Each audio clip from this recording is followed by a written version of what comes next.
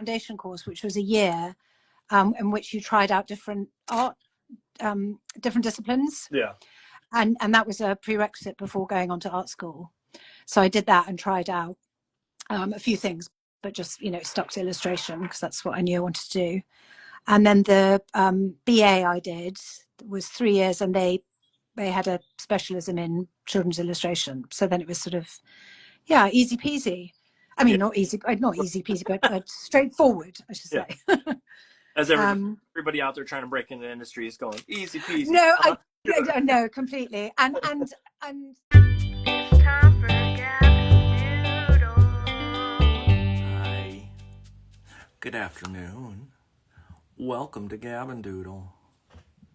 I am, let me just get my feet up here. So today we have a special guest on from overseas who I will let in just a minute. But as a couple of reminders, I will be, again, trying to post these on YouTube. I've realized I've been a little bit forgetful on posting them in time or the next day kind of situation. But we will try to get them up a little faster if we can. As well, a call out to anybody who is interested in mentorships. I still have open slots. I'm kind of doing rolling admission throughout the summer. So if there's people that are interested in that, just give me a DM. And I can quote you prices. It's on a post that's maybe like, I don't know how many back at this point. And then, again, the YouTube I forgot to mention was Studiohoffmann. It's Hoffmann. But today, I see our guest has joined, and I will wave to them real quick.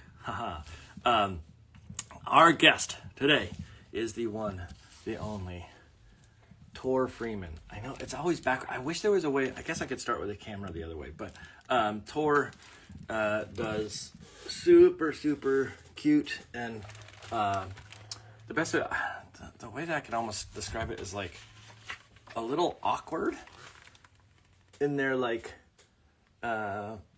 in the characters, like a good awkward, like they feel kind of real, like they have feelings like humans do.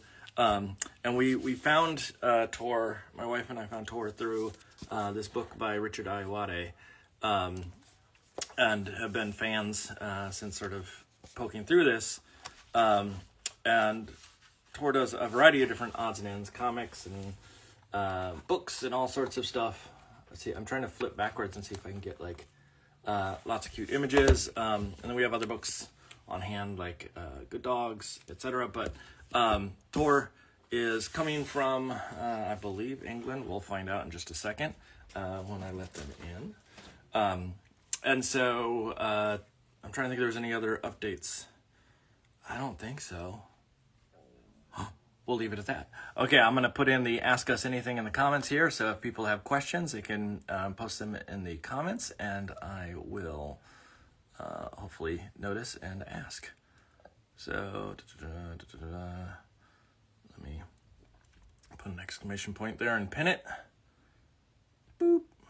Pin comment. Okay. And here we go. I'm going to let in our special.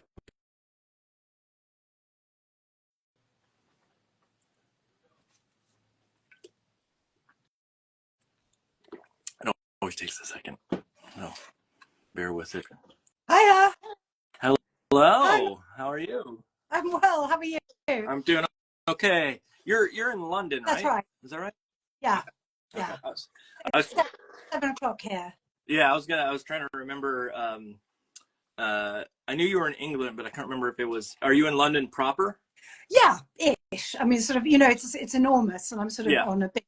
But yeah, basically. Okay. Yeah, you're somewhere within the city limits. Yeah. Let's put that. Yeah. Okay. Well, thank you for joining us. We're happy to have you on. We've been excited once you gave the okay, the yes, I'd be happy to join comment back, and so we're excited. I say we all the time because my wife is also. We're calling her the producer. So she helps organize and set some of this up as well. But no, thanks for having me. I've been doing my homework today and watching some of your other videos, so I knew it was you and your wife. Okay. Hopefully you watch some of the good ones and some of the ones where I don't ramble on forever. I think there was some rambling, and they were good. Okay. Yeah. Good. So, excuse me. For those that are out there that don't know who you are and don't know your work, and again, shame on them, as I say every time. But can you give the folks listening and watching a sense of who you are and sort of a little background, a little history, kind of what you do? Well, so I'm primarily, I suppose, a children's illustrator and writer, and I graduated in '99 from my BA, so I've been doing it since then. So I've worked, mostly in picture books. I do quite a lot of illustration for French magazines. I don't know, that connection started about 15 years ago and has been quite sort of fruitful for me. Specifically French magazines, though? Yeah, so there's quite a sort of history and tradition there of young sort of educational magazines from very young. So they sort of start them at 0 to 3, and then they go on. And I think because some of my books were co-editioned in France, I started working with Bayard, which is one of the big publishers there. And yeah, they've been more or less kind of keeping me employed ever since. Okay, and good. It's kind of amazing because it's sort of unusual to have a regular job like that, but it's every month. And I shudder to remember that I nearly didn't do it. Well, would have been, yeah. I mean, I know Europe is relatively well. I know London's not part of the European Union or whatever, but I know that everything's close. But it's still strange to me, the concept of like that it's a whole nother country that you have like primarily your editorial stuff showing up. I mean, I guess I have agents in Canada, so I do a lot of Canadian stuff. So I guess it's not that different, but it's just... No, it's true. I suppose I never think of it because it does. You know, I do feel that I still feel European, but you're completely right, and there are cultural differences that come up sometimes. And the magazines run very much because they're educational as well. They're quite seasonal, so often it's about French holidays that we don't have. Yeah. There's one called Galette du Roi, which is this sort of cake. I'll probably mangle it, but it's a cake that you have that wears a crown, and you cut it, and it's I think it's to do with Easter. But again, forgive me if and as I said, I've been doing it for 10 years, so every year this cake illustration comes around and is and sort of various cultural differences. So it's interesting in that way. Interesting. That's do you speak French? I so awful, Mark. I lived there for like 10 months, and my French, you know, I can get by. It's conversational, but no, it's pretty bad. Yeah. I'm thinking about when they send you a brief of some sort, and it's like, is it in French or is it in English? No, they do it in English for me, and shamingly, I kind of thought, oh well, I'll do this job, and my French is bound to improve. And then, of course, I just Google Translate everything. Google Translate is so much better. Yeah. Anyway, but it is. So I do that, and then about 7 moving more towards what I was really interested in, which was kids comics, and I've been doing more of that, but I'm still doing the illustration as well. Cool. We the comic aspect or the sequential thing. I mean, it sounds like we started relatively around the same time. I graduated in 2000. Okay. And we're sort of like sequence wise. It's interesting to see how much comics has, in a good way, infiltrated the kidlit world, in particular, and the idea that comics is no longer seen as, I don't know if it was the same thing in London, but in the US it was seen as sort of in a negative light within the education system for a long time. I think over here we've got, well, certainly I had the impression that America's much less snobby about comics, and has historically been, because we've been really slow to take off here for kids.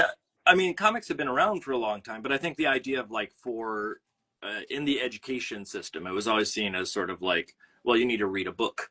When I grew up, it was very much like a book and not a comic. Okay. And now the idea is, or I think it has switched, and I assume it's the same thing, that reading is reading. And whatever gateway that is for the kid, like, let them have that, because it's going to, expand and exponentially grow their reading ability. So, so today we're going to be drawing. There was already a question. I'm going to get to the question. I'll ask it right off when we get started. But before we get there, I want to talk a little bit about sort of materials and what you might be using. And then, because my wife jots that down. So if there's like certain brands or things of the sort, and then also we need to dive into what you're actually going to make, because I don't know. So Well, as I saw some of your other guests saying this, well, I think I'm going to struggle to talk and draw, but I'll do my absolute best. But I thought what I'd do is I'm just going to lightbox. I'm doing some line work for a, this book came out in March this year, and I'm working on the second one at the moment. So I thought I'd just do a page of that. So it's just line. I'm just doing inking. Great. I love when people actually share their actual project. Some people, like, I'm hesitant, and I know that publishers are sort of like, you can only show so much. And so when we get to see the real deal, that's really exciting. What, you held up a pen. What was the pen? A Lamy, can't remember which, Safari, I think. Okay. Know that one? Yeah, I used to have one of those ages ago, and I don't know what happened to it. Oh, it's a goodie because it's quite a cheap one, but I haven't found anything I like better. I keep sort of spending, bigger money on smarter pens and then coming back to this. And it got cartridges, right? Is that? It's got a one of those refill. Oh yeah. There you go. Got it. So I use a Lamy, and then I use it with Noodler's black ink. I don't know Noodlers. Oh, I like your name. They do lots of ink, and they do pens as well. They've got a pen called the Ahab pen, which is quite nice. This is really nice. It's not waterproof because I'm a bit nervous about using waterproof in a cartridge pen, but anyway. Oh, that makes sense. Yeah, I was thinking but then you run the risk of the old hand smear across the. No, but then it all goes into Photoshop for coloring, so a bit of okay. And then it's just I like a bit of a greeny paper, so it's just that guy. Oh. So I buy those in bulk, and then I think that's the thing. You guys have this brand around here. I get it for gouache back in the day. I don't know if I've ever gotten their paper. Okay. But I think we can get it here. I don't think it's a common brand. We normally use Strathmore, Canson. Like, there's some big brands in the U.S., but that is a brand that you can get. I don't think it's as commonly available in the States. Okay, and then so today we're going to draw. I know I said this at the beginning, but I want to make sure it's clear to everybody too. If you need to jump off at any point, don't hesitate to just say, hey, I'm done, I'm finished, and we can do a lovely send-off. You also, this is a conversation, so if you want to change the direction, if you don't want to talk about certain things, that's absolutely fine. I generally, most of the time when I go into that territory, it's some weird, like, I don't know why it always ends up medical. It ends up in like aches and pains that we all have as illustrators. I mean, I'm all over that. So. And so I'm not even sure 100% what I'm doing. I think we're about to hit graduation season for a lot of, like, colleges for the most part have gone out, but high schools and middle schools and elementary. And so I was maybe going to do some little like piece related to that today. I don't know. I'll figure it out as I go. So let's switch to our downshoots, and I will ask the first question that I saw that someone posted a while back. All right. Mine's quite a as I said, it's fairly makeshift. So do tell me, you're able to see, aren't you? Once we do this, I'm doing the two books balanced with a plastic thing, so it's quite tragic setup. Okay. I don't know how to switch my camera around. Yes, I do. Okay. There you go. There you go. That's my setup. It seems sacrilege to lean anything on these, but you got a quilter's ruler. Yes, so I do quite a lot of sewing. So that's I've got my sewing set up behind me. So I got a quilter's ruler for my stuff, is for drawing as well. I love it how you can see through it compared to other yes, exactly. I mean, it's a bit of a dirty old thing, but yeah, I've got it through. But Annie, who's on here, Northern Bird Designs, saved me because I said I was trying to rig it up to my angle poise lamp, and it was all falling down. So yeah, this I hope will be a better solution. Yeah, so is that working? Yeah, that's good right there. Oh yeah, once you turn on the light box, we can see the light, or see the design a little easier. Okay, so I'm gonna switch to my downshoot, and then I will ask that question. Okay. There's what I don't know if you can see, but that looks great. Little crocodile. So the question that someone asked right off the beginning, the motosphere. asked, we'd like to know which comics or films influenced Tor in the 80s or 90s. Her work is very funny, and my kids and us love her work. Oh, thank you. Right off the bat, before we even got started, before you even said anything, you got a question. Oh, nice. Thank you. I'm so sorry because I'm being just trying to get settled. So what films and comics was it, Mark? Sort of, where were your influences? Because it sounds like we sort of grew up in the same time frame, so obviously like there's probably some crossover of things that we like. Yeah, definitely. Also, I was in the States for a while, Mark, because I had 5 years in California as a child. So I suspect some of the same sort of media then. I think when I was young, comics wise, it was kind of very mainstream stuff. So it was Archie comics, because you could get them in the local, newsagents, and Tintin. And then it was around the time as I was in the 80s. So it was Garfield and what else was it? Garfield, The Far Side, and then Calvin and Hobbes was the big sort of reveal. Was that sort of the same as you, Mark? Yeah, I mean, I didn't know Tintin until a later date, just because that wasn't as common stateside. But I think every kid growing up in the U.S. At one point in that era had a Garfield book that we got through Scholastic, or a Far Side collection. Like you never bought them in a store. I feel like it was always through school that you would get those books. Oh, that's interesting. I can't remember if we. Well, my younger sister was a massive Garfield fan, so. I mean, they were everywhere, weren't they? I mean, not that you would want to avoid them, but you couldn't, even if you would want to. So yeah, I love those. Yeah, I loved Archie because there was a love triangle, and I was always very beguiled by any kind of romantic situation in comics. And I wrote a blog post about this a while ago, but I used to love the Smurfs. I don't know if you ever saw the cartoon. Yeah, no. I grew up watching this. I can't remember much about it, to be honest. Like there was an era when I was a kid, and I don't know if this is common for a lot of people, but I remember little snippets, but I don't remember, like, I couldn't tell you sort of what the Smurfs was really about. Or I remember there was a guy with a cat. I think it was like Garfield. Yeah, that was Garfield. Well, he was the baddie. Yeah. He was the antagonist who was always trying to capture them and kind of boil them in a cauldron. I think he was pretty nefarious. He was trying to eat them?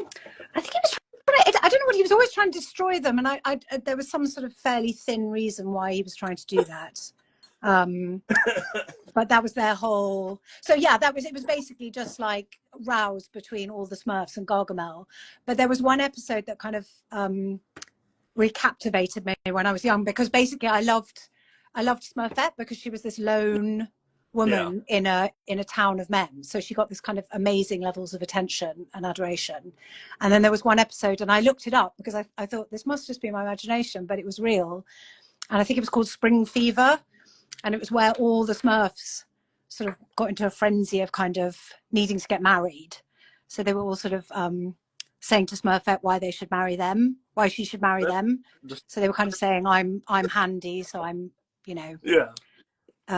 anyway, I absolutely loved that. But so yeah, just any kind of romantic sort of thing like that. So Archie with Veronica and Betty, I thought was very lovely. So was that, and then like films wise, I guess it was just all those 80s films that I feel like still live fairly large in my imagination, like Back to the Future and all the John Hughes films.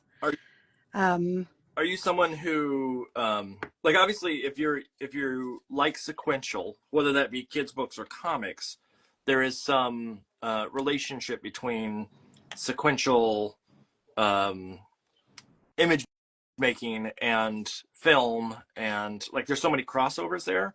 Is that something that you knew or paid attention to when you were younger, or was that something that sort of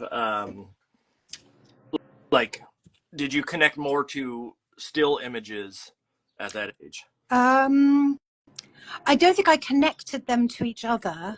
I think I was just as interested in film and television as, we'd come over from the UK, which had at that time 3 channels. Yeah. To California, which had, so many because of cable television. So it was kind of like, it was kind of amazing, the difference when I was 7 to kind of see that. And when my sister was born, she and I were allowed to have our own television, which was very lucky looking back. Or Ooh. unlucky, I don't know. Yeah.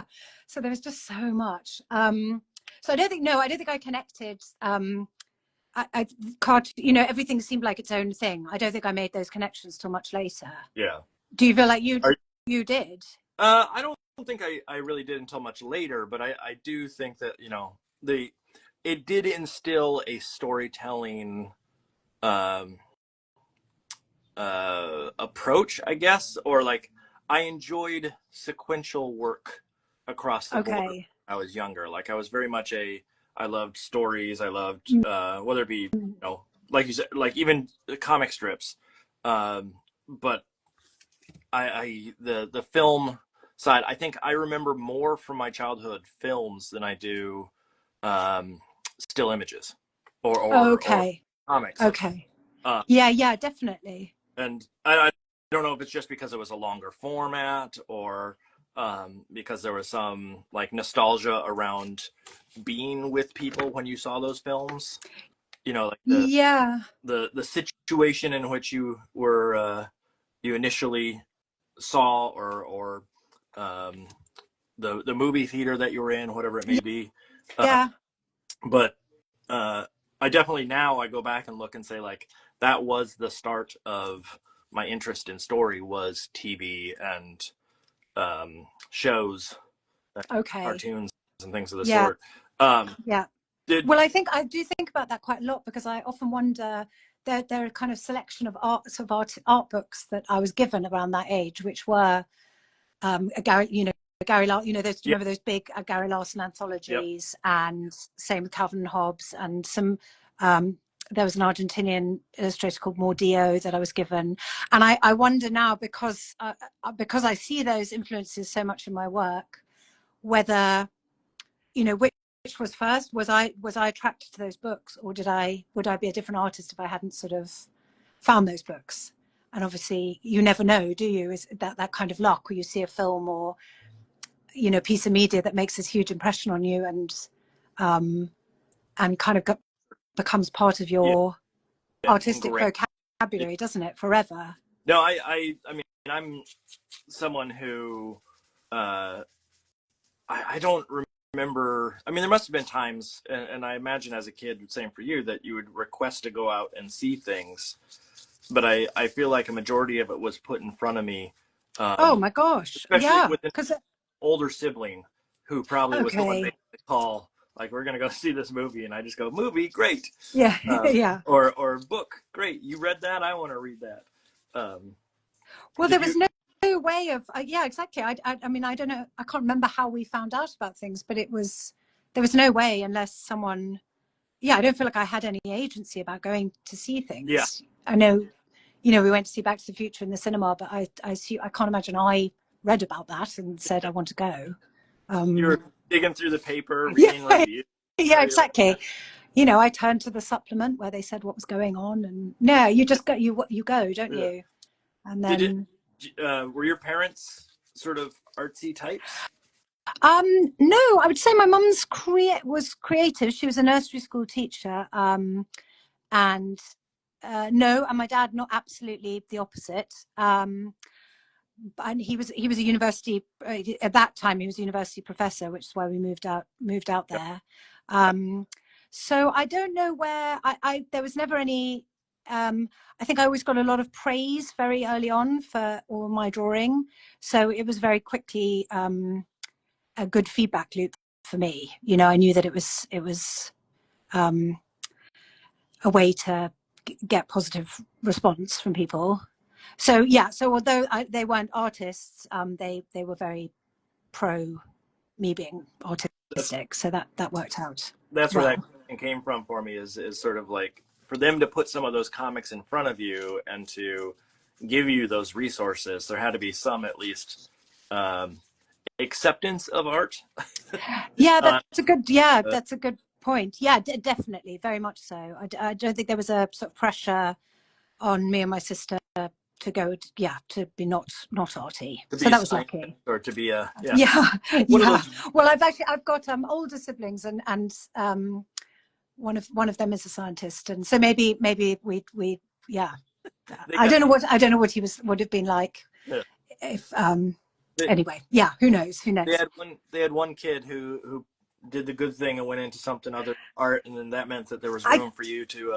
who you don't know, do you? I mean, I guess my dad always they both always always felt like they respected art, so it Yeah. wasn't it wasn't a problem in that way. What And then I had some nice teachers, which is always sort of luck, isn't it? what was the turning point for you, wherein it shifted from sort of just I don't want to say hobby, but like a fun thing to do as a kid into, wow, I really need to go into art as a career. I think secondary school, back in the UK, and I think honestly it was not knowing what else I could do really. I didn't feel particularly strong. There was nothing else really calling to me, and I'd always enjoyed art. I was never the best in my class, but I was often the most illustrative in any class I was Yeah. in. So there were always kind of fine artists and people who were much more conceptual and certainly much stronger drawers than me. But I always had quite a sort of strong, illustrative style. So yeah, so I guess. Masses. Oh, sorry. Yeah, I was gonna say you connected with the masses with illustration, where it doesn't go over people's heads. Oh yeah, definitely not. God, no, I was not over people's heads at all. Yeah. I was like your flying zebra, and no. I guess I always had sort of a strong craft interest, and so quite a lot of my projects had a kind of craft aspect to them. But I don't know. So I suppose I can't remember a time when I didn't want to do this. I don't think it was necessary. I mean, I always loved children's books, and I started to collect them in my teens. But it wasn't that it was that was the best fit for the kind of art I wanted to make. Yeah. Rather than anything else, I think. So, I think if I'd known I could do comics, I would have tried to do that straight away. yeah, that's hindsight, and the looking back, had I known. Oh gosh. My career. Well, and to be honest, would it have been any use anyway? Because as we were talking about, there wasn't. I don't know if I would. Yeah, I don't know if I would have been able to do it anyway. So, I think I thought, that the drawing had come so relatively easy, or the kind of drawing I wanted to do, and writing comics hadn't come easily. So I assumed that meant I wouldn't be able to do it. So I didn't sort of try again until I was in my late 30s. Let me ask a question here, in the sense of you had mentioned that in I think you said primary school. Yes. That you had sort of shifted, and this is just my pure ignorance here, because we use high school and middle school and things of the sort. Yeah. I know that there's a different sort of age bracket that people in different countries go through school, or the definition of where that break is. How old were you roughly when you? Because primary school to me could mean anything from K through 12. Right. Yeah. Primary school is your elementary school, and Okay. a bit of no, elementary and middle school. So it's pre-junior high, I guess. Okay. So it's basically up to age 11 here. Okay. And then secondary school is 11 to 18. So no, it was more secondary school, I think. So it was around then. But I guess it just was that feeling of like, oh, this is the thing where I get more positive feedback than any other area, and the area I feel confident in. So yeah, it was that, I guess. And then, did you know that Kidlit was sort of? I mean, at what point did that shift to? Because obviously, like, I want to do illustrative stuff. There's probably at that age there may not be the knowledge of the different genres or the different markets that are available. Yeah. Do you know what? Honestly, I think it was kids' books straight away. Really? Because it just, because actually I didn't. when I thought of illustration, it was more that I didn't know there was any other kind of illustration really that you could do. I don't think editorial illustration had really, when I was 16 and starting to think about this stuff. I don't think there's any kid out there that goes, you know what, I really want to work for editorial work. They don't or an read advertising them the same way. agency. Yeah. I thought, oh, I'll be a kids book illustrator, which now, just looking back, seems so niche, doesn't it? Yeah. It's that. And go back and talk to your younger self and say, like, I actually did it. I'm here. Do you know what? It sounds. I never doubt. I didn't sort of doubt it back then, but that came from sort of ignorance rather than anything else.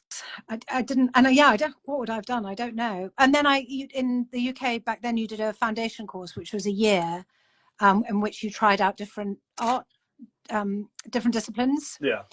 And that was a prerequisite before going on to art school. So I did that and tried out a few things, but just stuck to illustration because that's what I knew I wanted to do. And then the BA I did was 3 years, and they had a specialism in children's illustration. So then it was sort of, easy peasy. I mean, not easy peasy, but straightforward, I should say. As everybody out there trying to break into the industry is going, easy peasy. No, completely. And it was a really, really different time. Yeah. I graduated in 99. I think it was, I was listening to an interview with Chuck Groening, and I know he graduated in the Netherlands, and he was saying, it was easier back then in the 90s. And they really felt like that. It didn't feel like it was going to be so difficult to get a job. Yes. There were less illustration courses. There were less students graduating. You could send your portfolio to a publisher and they would look at it, unsolicited. So it just was a different landscape, I think. Actually walked in your portfolio to some places. Yeah. Yeah. Do you remember that as well? Face to face with you. Yeah. Yeah. And they'd give you feedback, and it was just much easier then. It was all pre-internet, so I see that idea of the change in the industry. I wanted to ask a little bit about that sort of the shift, because obviously, we're talking around the same time, and now we're in a different place with the market and how you approach things. Was there, obviously, I had the same thing. Like, I think when I got out of school, I just assumed it would be easy to break in. Yeah. And I think it was, just because you didn't have the internet and you didn't have different ways of accessing people's work from around the world in the same capacity that you do now. Yeah. But holistically, just looking at the industry, looking at, Kidlit, looking at editorial, looking at all those different things, do you think that I'm trying to figure out how to phrase this. The industry, I think, has gotten tougher to break in. I definitely think that's true. But do you think there are positives that have come out of the expansion of the illustration world, or the evolution of it? I do. Yeah, I definitely do. I mean, I think there's a lot more interesting books and work being published than when I started out. I remember when you'd go to France or somewhere in Europe on holiday and see these really interesting, exciting books, and then come back to the UK and it wasn't reflected here. Not that there weren't lovely books being made, but they weren't very. I don't think they were very adventurous back then. Certainly here, it feels like there's much more interesting work being made. I think, I don't know, it's really hard to say. I mean, in a way, I think it's hugely positive, but I also think it's just so different. It's hard to, and I can't know what it really feels like to be starting out now, because it was so different when I did. It's one of those things. I look at it and sort of the breaking in, again, being seen in a sea, I think is like dealing with college students. I hear some of their concerns. Yeah. I also think that, like, there are so many more ways to access. I don't like when I started out, I don't know if it was the same thing for you, but I would send postcards. Yeah, same. I didn't have a website. I was sending a single postcard with a single image going, hire me. And Yeah, yeah, that yeah. is a big bet to try to go, you know what? This single image should be enough to sell you on everything I do and for Yeah. you to be able to through all of That's it. God, that's true. And there wasn't even a link to a No, website. Yeah, no. yeah. And sometimes it was just a phone number or an email Oh, at that would be on that card. And someone would go, you know what? I'm going to hire this person to do it. Like, but you know what? But it almost feels like it was like that one image could be that. We had a degree show at the end of our degree, and because my university was right outside London, publishers did sort of bother to come. I think they don't. I don't know. Hopefully they're better now, but they didn't always necessarily travel. And I think I got my first job based entirely off one image. I don't think they thought much of my stuff altogether, but there was one image. So it's such a crazy. yeah, and I remember I was the same. You sent out postcards and you hoped they might pin them above their desk, and then when there was a job going, they'd think of you. Well, what's interesting to me too in that situation is just the idea of like how important that one image was Yeah, at yeah, that point. Um, Purely because of the like you really had to put. I mean, it cost a lot of money too to do postcards back then. yeah. There wasn't I all these remember. on demand sites and digital upload of images. You had to send. You know, I remember sending. I don't even remember whether it was. It wasn't a Jazz drive. It was a zip drive. Oh yeah, I think to the pub or to the postcard company to get them to make one. And you know, if you spent it on the wrong image, you may not see anything from it. Now you have Instagram and things. This is me yeah. just being old smudging for a while now. Uh, Feel like free. we had it real good back in the day, but also look at how tough it was. I had to walk up. I got to walk 10 miles to school backwards and I whatever. know. I gotta. You catch yourself saying those things. It's such a cliche, isn't it? Yeah. I mean, I mostly think. I don't know. I can't say whether it's sort of. I think it's better in lots of ways. I think it's probably. I think it's, as you say. I think it might be tougher to get into. And then when you get into it, there's probably. I mean, the other thing I remember is leaving university and not knowing anyone to talk to about it. You know, there was no quick way of finding a Yeah. cohort. You know, apart from the people I've been at university with, and some of them, you know, didn't carry on. Some of them did, and now I feel like it's so easy to find people to talk to about what you're going through. So I Just remember feeling a bit kind of lonely in the beginning. meaning finding people like on the internet now that. Yeah, well, exactly. Now you can, but then back then that was it. That was it. I just remember working on my own, it being very, very solitary, more solitary than it is now, and It's especially in my 20s, feeling that was kind of,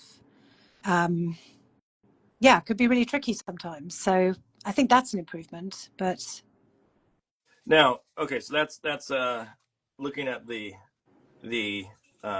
challenges, but now going back and sort of thinking, okay, if you could do it all over, and I know you said you would have immediately when you were young go like, oh, comics, I can do comics, I'm going to do comics.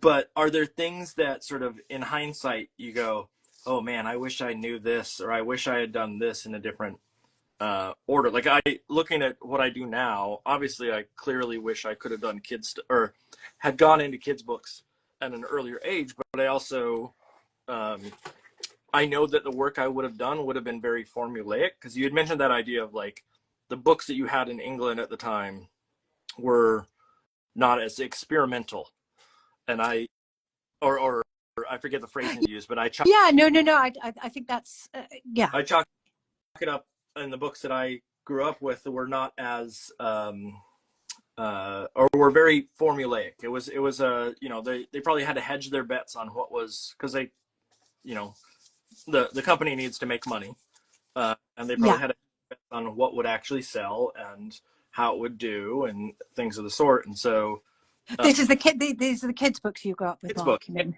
Yeah. So now I go like, oh man, I wish I could go back and do it all over. But I know I probably would have fallen prey as well to sort of like just towing the line maybe a little bit more than what I do now. Because you would have been younger and less Yes. confident, you mean? Yeah. Yeah. And Yeah. so Yeah. I'm wondering, sort of looking back, are there other things that you wish you knew, and would there be advantages, disadvantages, what have you, that would come from those sort of, or that knowledge? Yeah, well, I really agree with you. I mean, I feel like experience, there's no sort of, that I could have known that stuff, but I wouldn't have been more confident. I wouldn't have been confident enough to make any use of it, I don't think. Um, I think my confidence has come slowly just from getting older. So I guess what I wish, and it's slightly more kind of life, about life than just art, is I wish I'd just drawn more in my 20s, because I feel like it's always been, I was kind of relentless in pursuing fun and parties and things in my 20s. And I think if I'd spent more time drawing and sort of understood what a solace that could be to me and would be in my life, I think I would have had a easier time in my 20s probably. And also being a better drafts person earlier. So I reckon that's what I would go back and change. But then I'm sure I wouldn't listen to myself if I said that. The part, I'm not staying home. That's for losers. Yeah, I genuinely thought, like, you live for the weekends. Yeah. And I remember a friend pointing out once, like, God, you're so wedded to parties, and you're not even very good at them. Because and in the sense that I would then get quite sort of anxious about them. Yeah.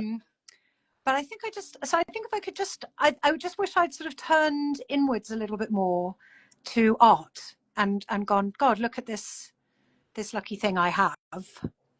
And I could have used it a bit more, and then I would have gotten better, because I think there are a lot of artists I really admire and I see now, and I feel that they're working often in America, or I don't know. I wonder, I guess I follow a lot of your guys' artists that come through the animation background and just seem to be so prolific and make such amazing work. Yeah.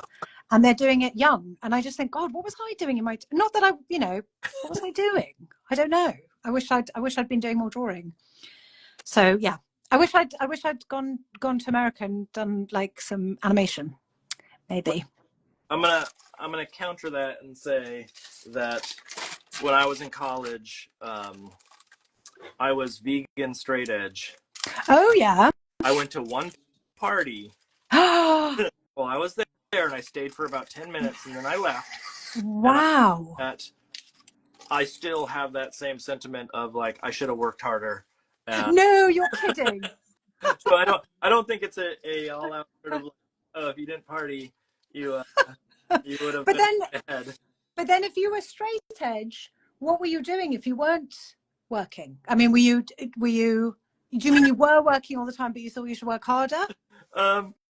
I would spend a majority of the time working, and then I would go out to a show, like a concert or something like that, periodically. But for the most part, the argument that I make to my students is my time not at parties was spent hanging out with friends and making art together. And so it was sort of not necessarily the coolest party in the world, but it was a art party of sorts. Or I mean, I would go out and do stuff like bowling or things that were, recreational, but it was not my weekends were pretty much in my room working on homework. Wow. Yeah. It means I think that sounds really nice. I was not the cool kid on campus, but it also meant that I did not procrastinate, which was a huge problem when I was in high school. Was it? Oh, it was bad. And so I got a good habit of getting ahead of the game. So how did you knock procrastination on the head? When I got to college, I don't know what clicked, but there was a moment where I just said, when I get the assignment, I'm going to start it literally seconds after the class ends. Wow. Now, the downside, and I think this, when I show students my portfolio, and it totally makes sense when I say this, the downside was I did not put enough thought into a lot of the work. Okay. So it may be done and it may be okay, but it was never great. Okay. If that makes Okay. It does, but do you think that doesn't feel like necessarily the product of your system? I mean, you could have started straight away, but your starting could have been more preparatory or more thinking or something, couldn't it? Don't you think? I mean, I did. Yes, I think now when I give students, college age students, the assignments or they're supposed to be working, I inform them that the ideation and the thinking is also part of that process. Like I consider studio time, and I think that I did not participate in that moment. I Right. directly to, oh, I just need to put paint on canvas or I need to put pencil to paper, and Right. that's too good work. And especially, and I don't know if you have the same thing, but in Kidlit, especially coming from editorial, my assumption was, oh man, I got to make these corrections. I got to make them quick. This is what they want. I'm going to do it. And there was no questions asked on my part. And now I know, oh, speed is not the answer. A good story is the answer, or a good image is the answer, whatever it may be. But I think I had it a little backwards in my mind because I had gone from this like not doing work in time to, oh, I got to get it done in time and I'll sacrifice the thought process along the way. Did you, were you like, since you were a partier, I'll say that at this point, you said you were a party. Now, not a good partier, you said, but no, not a successful partier, but a hopeful partier. Yeah. You were. Well, I mean, when you say not a good partier, what meaning that you were? Well, I think I just always saw kind of parties, and so I don't know. I don't know. I think I put a lot on them. It's hard to enjoy a party when you have very high expectations of a party, isn't it? Okay. And also, parties are kind of a magical brew. Like I would say, occasionally they're great, and often they're not. Yeah. So I mean, it's been a long time now. But you didn't remember your parties when you say you weren't a good party. You're like, sometimes the best parties are the ones that you don't remember, or are the ones that get wildly out of hand. Yeah, and then no, they're not. No, so. I don't know. I just loved them. I just thought that was the kind of answer to everything. I was looking for, in your 20s, you're kind of looking for answers, aren't you? So how are you on deadlines then? I don't think I was very good when I was younger. And I think I'm really quite good now. But I think it took me quite a long time to learn that how important it was, and the anxiety, like you say about, I definitely procrastinated a lot. And I think that procrastination always comes from anxiety, doesn't it? Of like that worry that it's not going to be as good as you want it to be. And it took a long time to just work out that it was just too awful living like that. So anxiety making. Yeah, you're putting pressure on yourself. Yeah, and you're just living with that dread, aren't you? It's just awful. The artists are like, if I put down the wrong thing, then the whole piece is ruined. Oh, exactly. Well, not only will I hate this piece I've done, but I'll hate myself. Yeah. I'll kind of loathe everything that's ever happened. It's kind of, because it's so wedded, it's so kind of caught up in our sense of selves, isn't it? So the stakes feel ridiculously high, even though they, like, I always knew in my 20s I should go to like figure drawing more. And I never wanted to go because the agony of sort of doing some really, really bad drawings can really put you off. Because as soon as you're doing good drawings, it's a pleasure, isn't it? Yeah. It's like, yeah, I'm the best. But you always have to go through the horrible drawings to get there. So how do you, because I mean, obviously you've corrected, and I've corrected in the way that now I give more time to think and plan and things of the sort. And you've given, you mentioned that you're, much better on deadlines and putting the time in like that. Is there, I just lost the question I was going to ask. Hold on a second. Hold on. No worries. Something about deadlines? No, it was, oh, wow, I really lost it. Whatever it No was worries. on. No worries. I'm trying Yeah. to think I could just spontaneously think of something No. It to was, answer.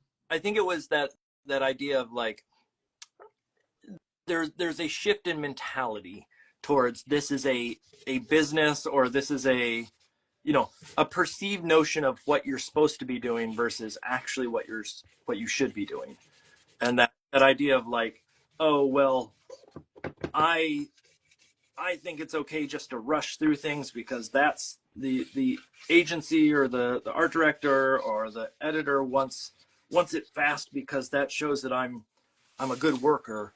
And I realized later that, oh man, they really want a good story and they don't care about that. There was a moment there where I needed to hear that from someone else. And I'm And wondering, did you hear that from someone I heard else? it from my agent basically. Okay. Because I was sharing with my agent like, oh look, I finished this piece. Isn't it wonderful that I got it back to him so quick? And she said, you know, well, that's could be perceived this way. And I had no knowledge that that's the perception could come out that way. And I'm wondering, was there a moment or was there some instance that shifted your mindset on sort of like, I really need to treat this seriously and get deadlines done and, you know, take that kind of time or that mentality towards the artwork. Like now looking back at it, you said that you wish you had done more life drawings, things of the sort, but there probably had to be a moment where you realized, oh man, more life drawings would have helped, or would. I see. Yeah. Yeah. I think, I mean, I guess seeing, you know, the increasing visibility of everyone else's work, you know, being able to see it online and seeing the standards, you know, the very high standards from all, you know, from all over the world, not just from, you know, people in this country. So I guess you kind of, there's that a bit. I was really late with a book in my 20s and it was a really grim experience and I felt really bad about it. And like I'd kind of been unprofessional. I think, sorry. Do you dare say how late you were? I mean, I genuinely can't remember, but I feel like it was over 6 months to a year. And I ended up going and working in the publishing house to work on it. And I remember it was just this, it was so weird, you know, when I think back to what I would do with my time. I can't, yeah. I mean, you know, I always had part-time jobs. Yeah. So I would go to my employment, but I just wouldn't, I had the time to work on illustration. So I don't know. So I guess that was quite a learning, you know, moment, because it was like, this is just a really grisly feeling. Yeah. And then I guess just as I slowly improved, I enjoyed it more and more and it became less painful. You know, every drawing became less kind of painful. I don't know what made me stick at it, because I didn't, there must have been something that I enjoyed amongst not enjoying parts of it. So Well, I think these are the, like, again, that the feeling of, and I don't mean to harp on like, man, you had lots of late work, I can't believe it. no, feel free. I think that's commonplace for a lot of illustrators, of like either managing life or projects. Like I had to ask for extensions on things because I was having medical issues. Right. Like, there's all sorts of reasons why work doesn't always end up on time for a publisher. Yeah. But that idea of the yucky feeling of just like, oh, I let someone down, I think is the thing that would like to sort of amp up when I got out of school, or to think differently about my perception of others outside of, you know, the collegiate atmosphere. I think that's really true. I think there was a big part of me for quite a long time saw it all as just an extension of university. It was like, here I am making my art and here are these people I'm making it with. And I almost saw them a little bit as tutors, or sort of, so I think I needed to kind of get older in order to stop feeling like the kind of eternal student. Yeah. And start taking it. Yeah, exactly. That you're making a mess of other people's schedules and careers and not all that kind of thing. a job, or it's not homework, it's a job kind of. That is exactly it. And I'd almost speak about it as if it was homework. So yeah, I don't know.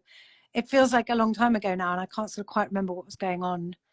I can't imagine why I lived like that. But yeah, anyway, it's a relief. You mentioned the idea of just like experience and growth, and Yeah, you know, there's certain things that you just don't know until you know them, kind of.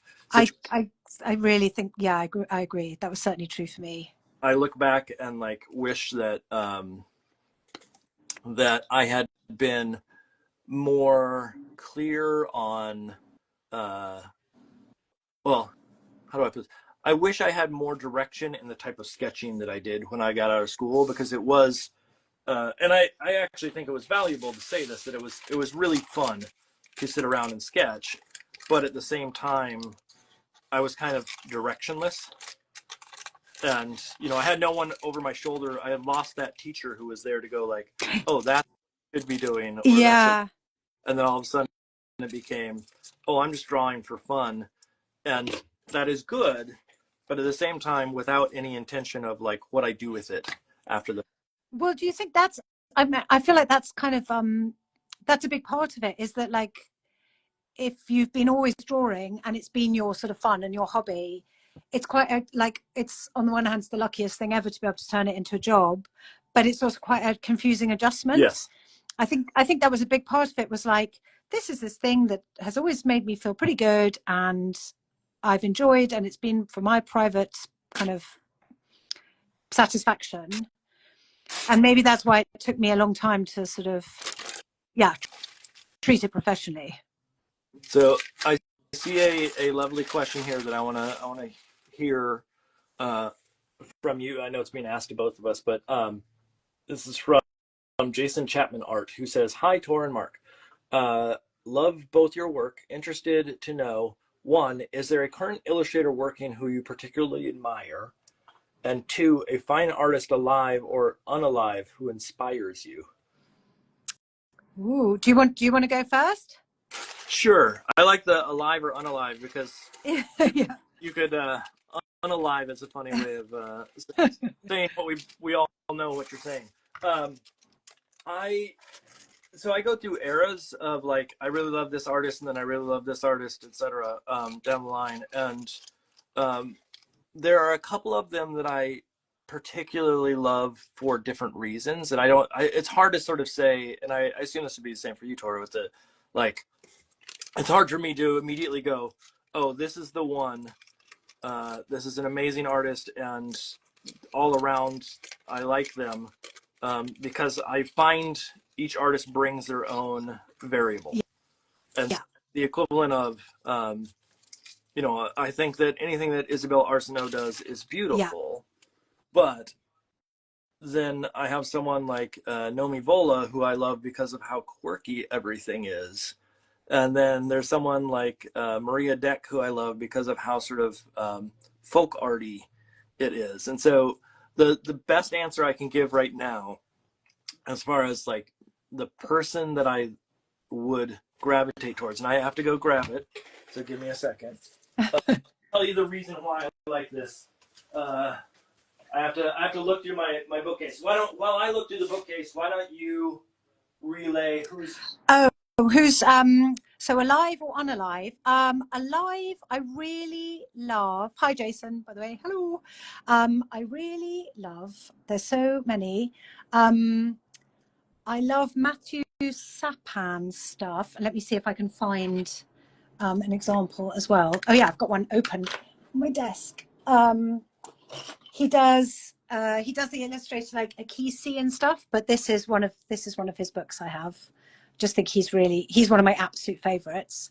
And I like Catherine Mures. She's also a French comic book artist. And I like who else? There's so many. Maybe I like Julia Wertz's stuff, comics, and Kate Beaton and Myra Kalman's paintings. And then unalive, I guess I really, I love Edward Gorey, Gary Larson. William Steig's my favorite though. Oh, I can William Steig is amazing. Yeah, I think he's my sort of absolute best for everything. Like his line and his color and his writing is so You amazing. So must, yeah, must know his CDB books. yeah, I do. It was amazing because there's kind of like pre um they foresaw text speech, didn't they? Yeah. Like they're so My good. Um, dean at school at the time introduced me to that because I had not. I knew William Steig's work from like more the I don't even know if it was like just cartooning in general, and then seeing yeah, that, there's New Yorker yeah, stuff. yeah, yeah, and so like seeing that was sort of groundbreaking to me. Yeah. This is the one that I found, and this is I'll explain the reason. This when the question got asked, this is the first one that I saw in my head, Oh, I know which is this. Worms by Will Mabbitt, who is a author who drew all the worms in here, and there's not much to it, but the storytelling is really, really funny about how he can only draw worms because he's just not good at drawing anything else. Right. But I love when the question is asked, sort of like, is there an artist that I really love? I love the artist who is like not afraid to try something, even if it turns out funky. And so seeing something like that, when I first saw that book, I was like, this book is genius because of the silliness involved with it. Oh, that's interesting. Would that be like a top sort of thing that you look out for is sort of experimental work? Yeah, I think that that the idea of what I grew up with and where I am now visually has really changed towards something where it's like I don't want formula Okay. in book. Okay. I don't Okay. want I don't want generic sort of this is what a kid's book is supposed to be. And so the more awkward or strange or weird the book is, I think the more excited I am by it. Okay. It doesn't have That's to be interesting. the most beautiful book in the world. In fact, like I think that when I go into a store, I'm more interested in the book that doesn't sort of sit out as like a bestseller. I'm more trying to dig through the weeds to find the ones that have gotten sort of lost in Okay. the mix. Okay. And so like I mentioned, let me see if I can go find this book. It should be quick for me to find because we alphabetized them and I couldn't remember who Will Mabbitt's last name was. And that's why that made that hard. Let me see if I can find another book that was a good example. I feel like I don't really like. I quite like. Like I feel like William Steig's style. I know he has sort of say older style for his adult stuff, but that it's very recognizable, and I think I really like that. Same with Edward Gorey. I'm quite into that consistency. So I think it's probably opposite to you, Mark. I'm not really looking for something new. like meaning that you want to look at sort of older. No. I like a consistency of an artist's work, I think. But maybe that's not. Maybe I'm misunderstanding what you're saying. Yeah, no, You mean this isn't about consistency for me or like inconsistency. I'm looking for people who are doing things that are just unexpected. okay? So they can Okay. be consistently unexpected, if that makes any sense, versus um, random. Yeah. I'm not random, but like I mentioned Naomi Vola, and this is a book called The End Fixer, and in here I think it's this book. I should double. Oh yes. So I don't even know. I think worms are cool. I don't like worms in real life, but at one point in here, there's worms that are on a beach, and they went and pixelated where their private parts would be. Right. And like to me, the fact that they put that in a kid's book is so funny. Like Yeah. the story is great, but that in particular is so weird and unexpected when I turn to that page that I was like, oh, I just have to have this book because Yeah, of that weird, because of that. yeah, censoring a worm was so out there. And so like most of the books that we get or that I try to get now, or there's a guy, uh, uh,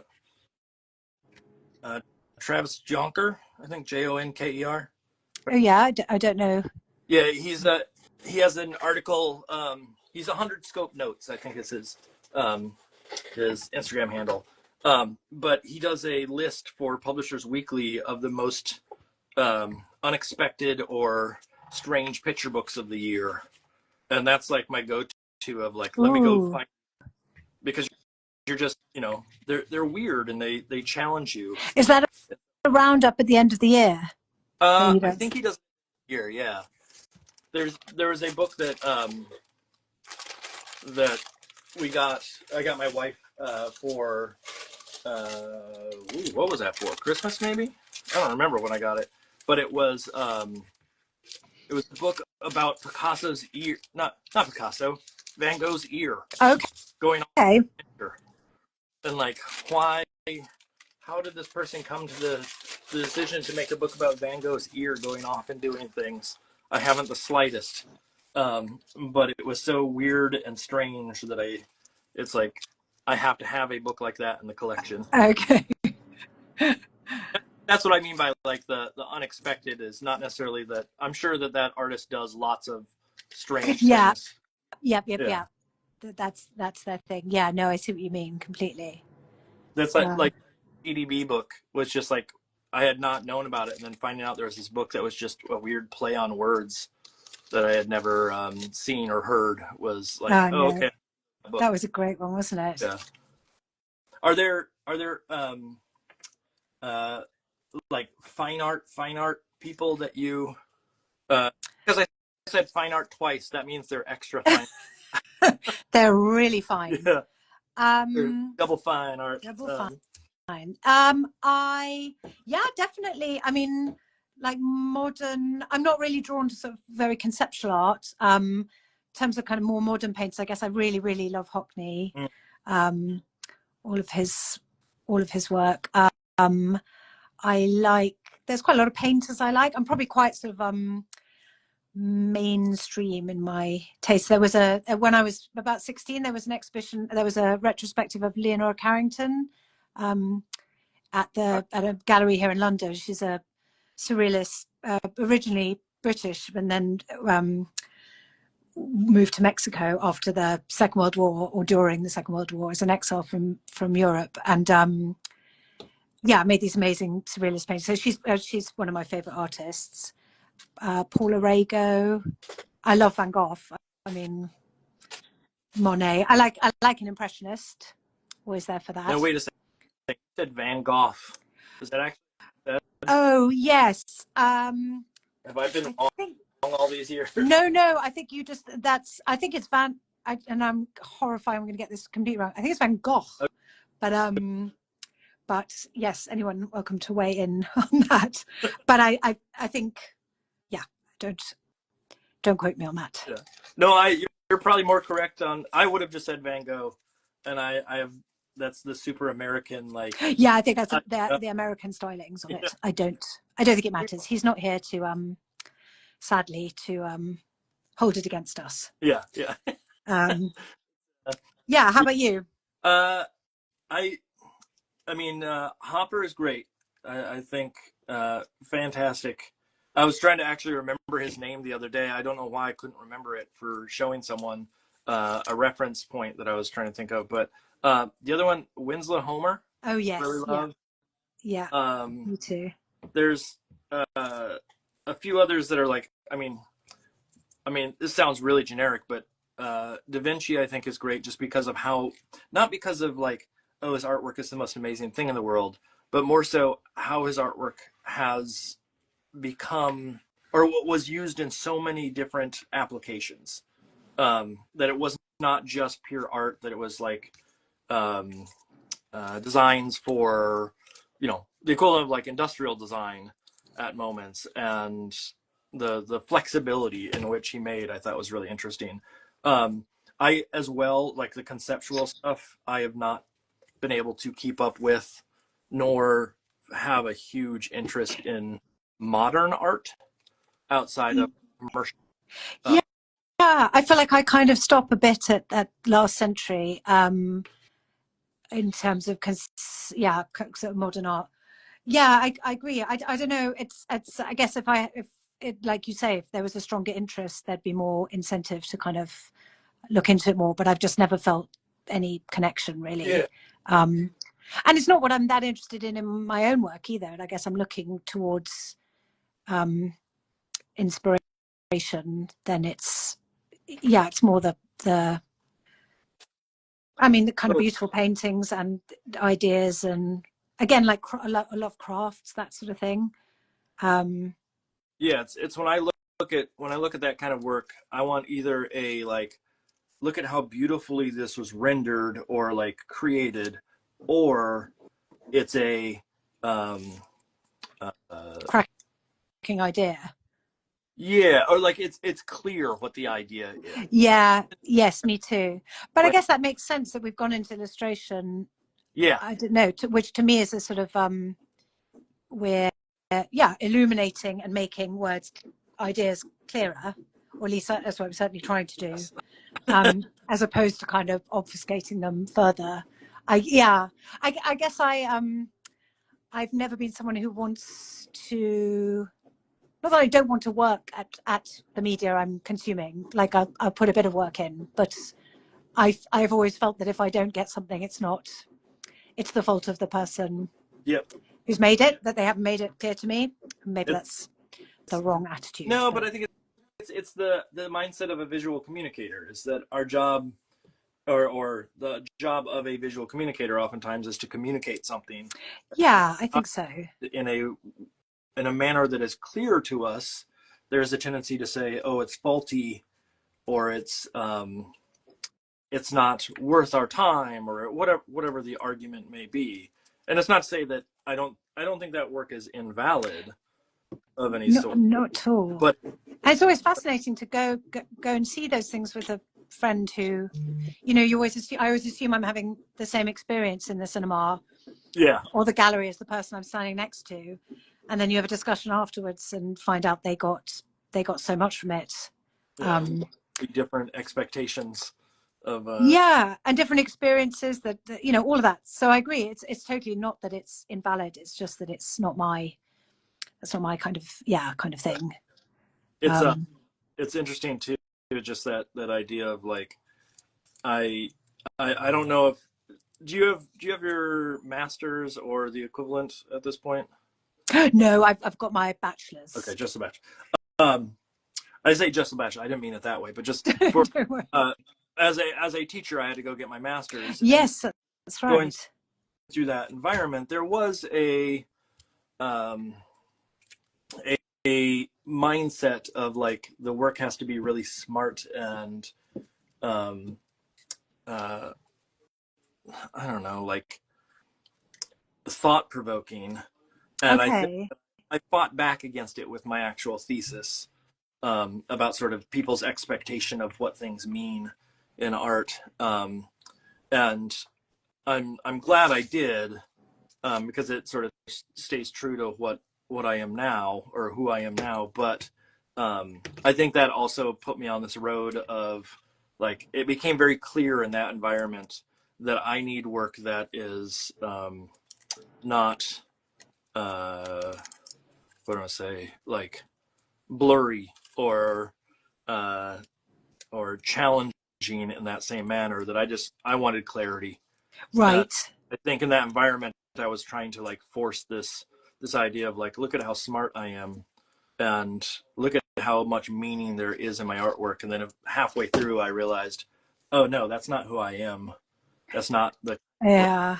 Well, how old were you when you were doing your MA then? I was. When did I go there? So probably 20. Well, I have to do the math here. Wait. So it was in 2004 to 2005, 2007. So why can't I do the math?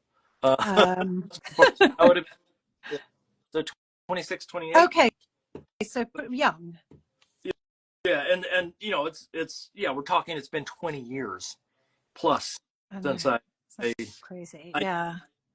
but it's I'm glad that like that looking back on it, that you know, it's so much clearer again. It's that hindsight thing again. There's like knowing what I know now, it totally makes sense that I had a challenge or had problems with that that concept of like having to subvert the idea in my own work.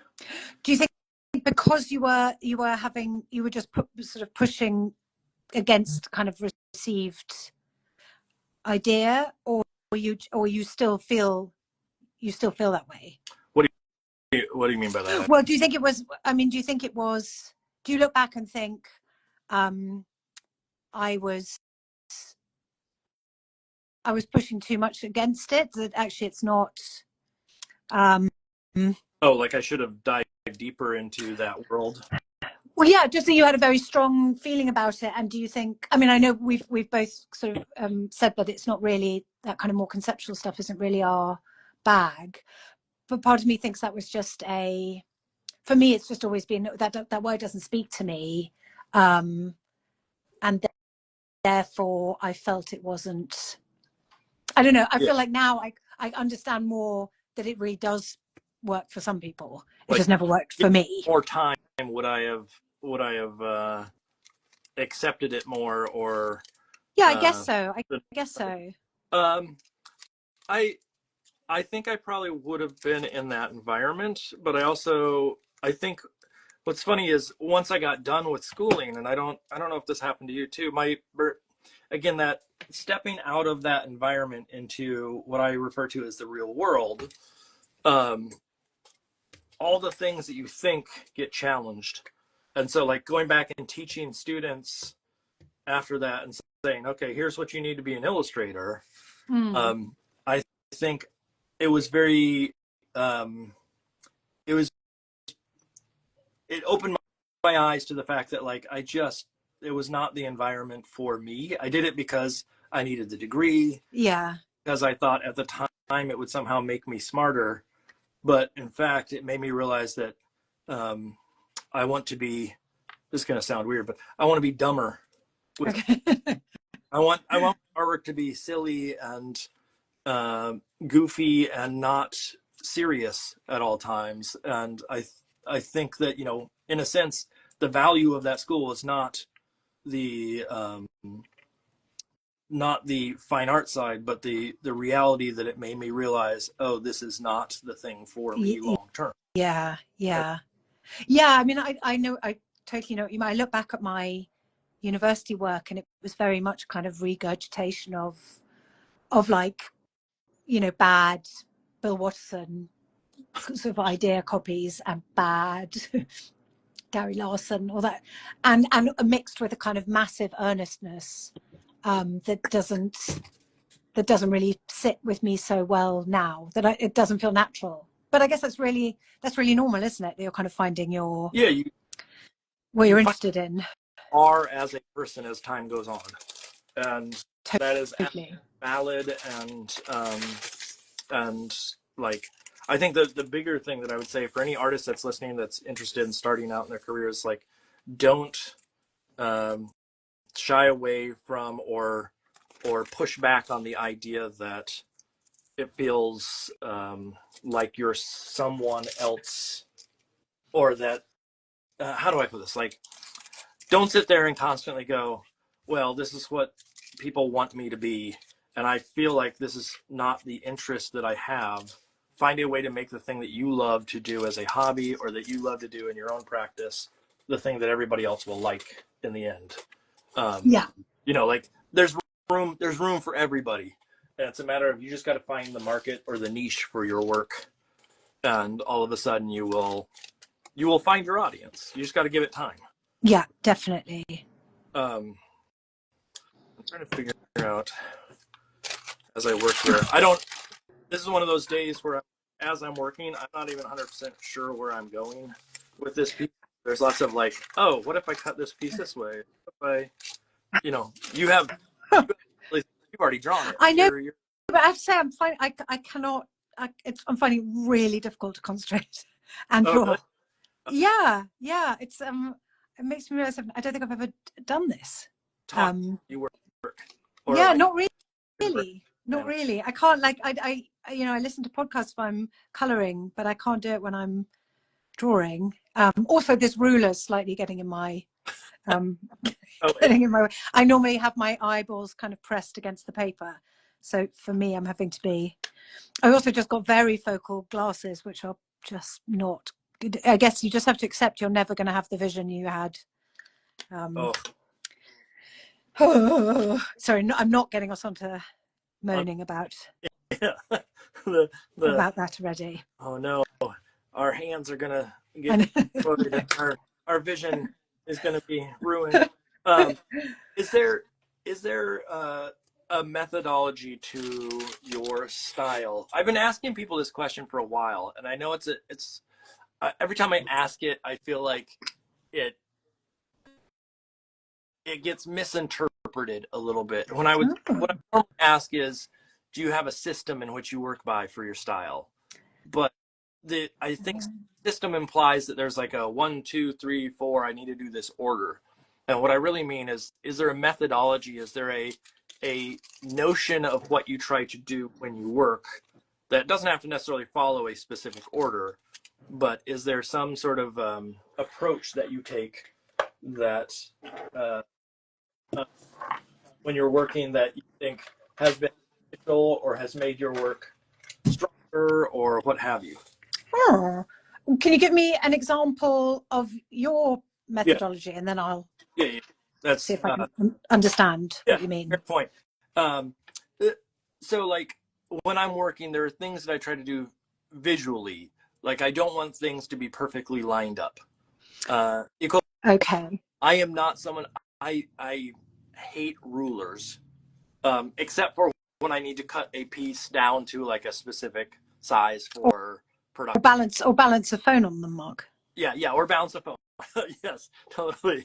But that idea of like, when I work, I try to, as much as possible, throw things off. That's kind of like if I could think of a little like summation of aesthetic is to be off in some way, shape, or form. Okay. And that sort of sums up everything.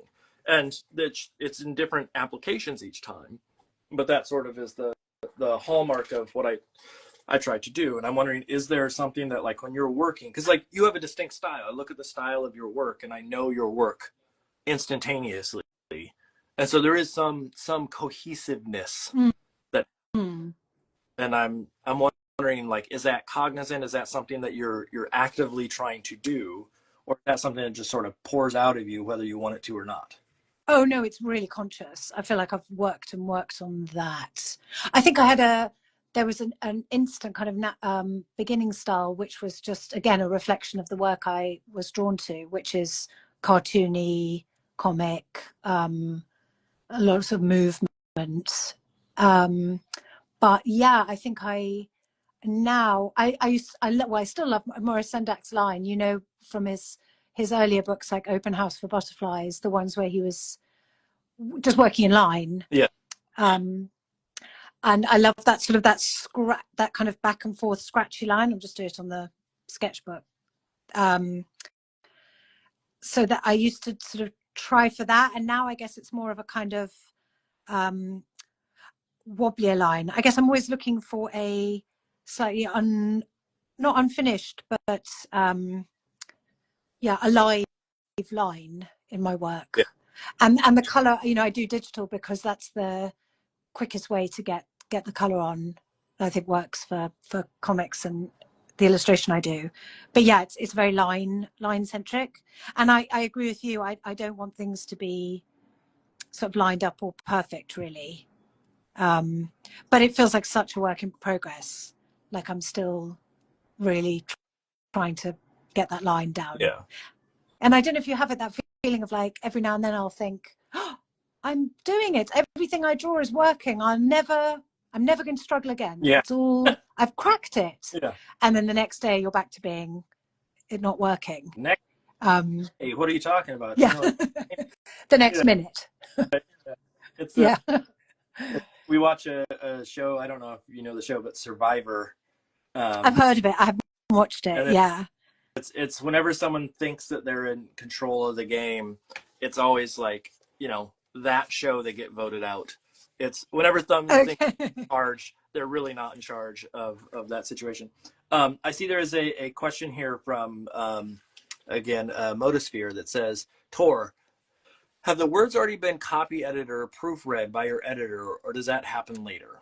And so thinking about the production of whether it be for books or for comics or things of the sort, what does the editing process look like for you? Well, this is the first time I've done a comic. So my other comics that I've done for a publisher, I'll just crowd them, were these two. So Sister Claudetta was about a nun solving monastery murders, and these are police officers who, it's a kind of weird town comic. So those I'd already written by the time Gary and Nikki at Bogart Books published them. So this comic was the first one I've written that I had a contract for before I wrote it. So that's the only experience I've had having a comic proofread and edited, not proofread but edited. So it was sort of edited at the rough stage, and it was pretty smooth with both comics. It's been quite smooth. Then it gets the sort of more intensive part was the proofreading part, when I had to do a lot of changes, and that I had to do all in the final artwork. Yeah. Proofreading, not copy editing, right? It's well, was it copy editing when it's proofreading, I suppose, isn't it? Now I'm completely, I've got a mental blank. You're saying it's not copy editing? Well, copy editing is looking for like grammatical errors. Yeah, so it's that. Okay. So the editing has happened by the time I'm doing, well, not completely, but the sort of first editing has happened by the time I'm doing the finals. Yeah. And then the copy editing, the proofreading happens at the final stage. Gotcha. So I haven't got to that yet. Yeah, I hope that makes sense. No, it makes sense. Yeah. It's for like, I didn't even know. I know what copy editing is, but proofreading like could be all sorts of different stages in my mind, and so I wanted to clarify for my own sake. And then with writing, how is your process with writing? Are you someone that is a good writer? Are you someone that you struggle? Are you someone that, you know, it takes a ton of work to get you to a point where you feel confident in your writing? Well, I write at this with the comic kind of thing. So I'd love to write, you know, scripts and work from those, but I've never been able to do that. So I feel confident writing as long as I've got the comic, as long as I'm doing it at the same time as the comic. Then it feels pretty. Yeah, so far it's been pretty smooth, I think.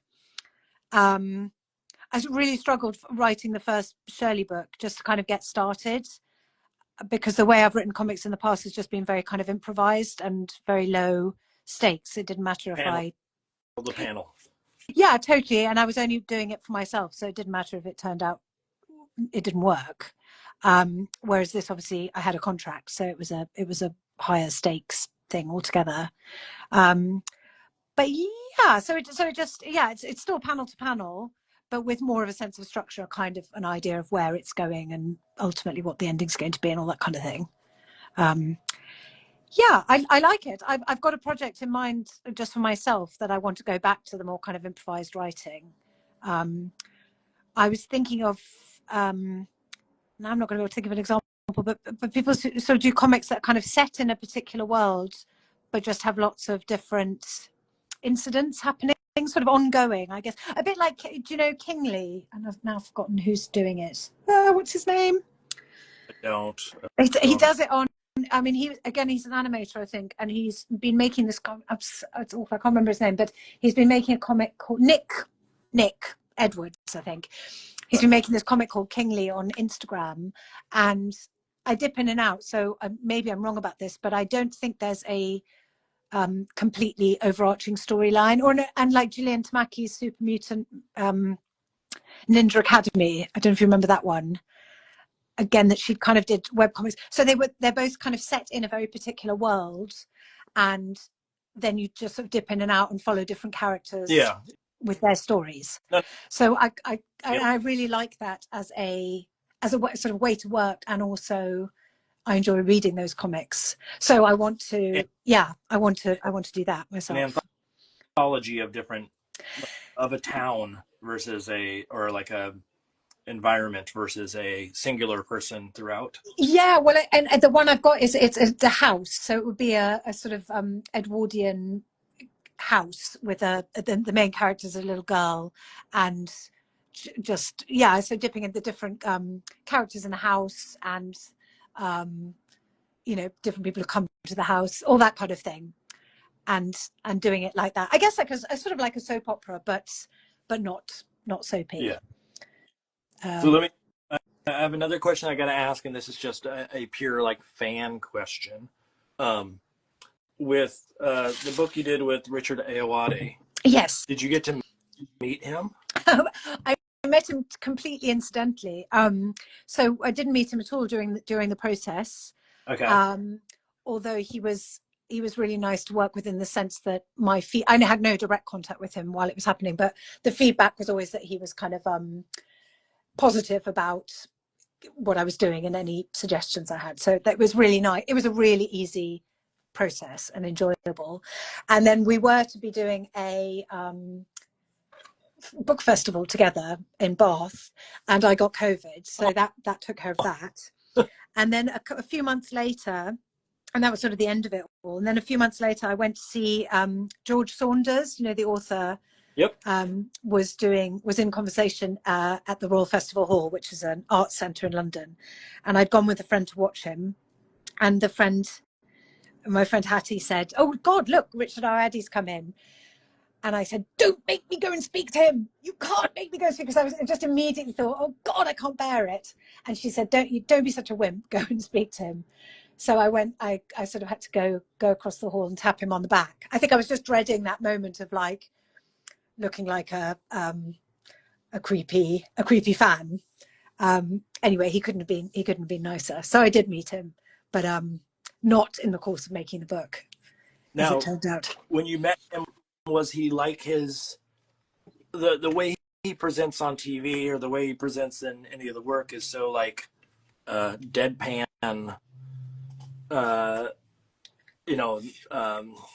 Right. Yeah, was he that, or was there No, he was just, I mean, it was such a brief, I said hello and said who I was, and he said some nice things, and I said some nice things, and it was probably about 2 minutes or so. And he was really nice, but I didn't have time to judge whether he was like his character from the IT Crowd or anything. Yeah. I suspect he must be a little bit like that, I would have thought. It's got to be somewhere. I when my wife and I met, we were working at an animation studio that did the Dr. Cat show and other things, and there would be comedians that would come in, and I forget who it was that said that worked there, that someone like Gilbert Gottfried, I don't know if you know. No, I don't know him. He is no longer with us, but he had a character where he would sort of squint his eyes and talk real sort of like nasally and whatnot. Right. And it's his persona that you see everywhere, but in reality, apparently he had to get into that character when he was there. That is his real life. He's not like that in the same capacity. Or at least that was the story that was told to me. And so that idea of like, even like Pee Wee Herman or some folks having to transition. I was wondering that, I imagine that Richard Ayoade may also be in that same mindset, but also who knows, he could be very like like rock that, and just that maybe his vibe in general. I guess it makes sense to have like just to protect yourself by having a bit of a persona. Yeah. I Um, mean, there's probably all sorts of reasons for it that I don't know, but it was interesting that idea of like the transition. How with working on something like that, now you said you didn't get to chat with them prior, no, but were the notes coming from him, or were the notes coming from art director, or do you know? I think my guess is a bit of both. I mean, I'd say like not meeting him is completely standard Yeah. in my experience. Yeah. Like it's pretty rare to have direct contact, or pretty rare, or certainly not the norm anyway. So that wasn't surprising to me or unusual. I think I did get notes from him. I'm trying to remember now, but they were always very easy to work with notes. I think I remember when I first started being surprised that we wouldn't like meet and hang out like Quentin Blake and Roald Dahl. Not with Richard Ayoade, I mean, but with the first book I did in my 20s. Yeah. Yeah. But now I really get why that is the case, and it's probably a lot simpler that it goes to the publisher most of the time. Wouldn't that? Has that been your experience too? Totally. It's one of those ones that the equivalent of, I did work on one book though where the author was famous enough that we had a conversation before I started. A conversation before you signed? Not before I signed, but before we started the actual artwork. Okay. And it was one of those ones where it was just like, he was well known enough that I think the publisher was willing to sort of be a little bit gracious with allowing whatever demands he so chooses. Yeah, for sure. That way. Yeah. I figured that maybe that Richard Ayoade would have been like that, sort of like, oh, if he wants it to be this way, if he wants that character to look a little different or whatever, that he'd be, more hands-on in that situation. But you never know. No, I mean, I certainly didn't get. It was as I say, it really was a kind of simple process, the whole thing. So I felt like, yeah, I've definitely had more pushback, or I've had pushback in the past on certain things. Yeah.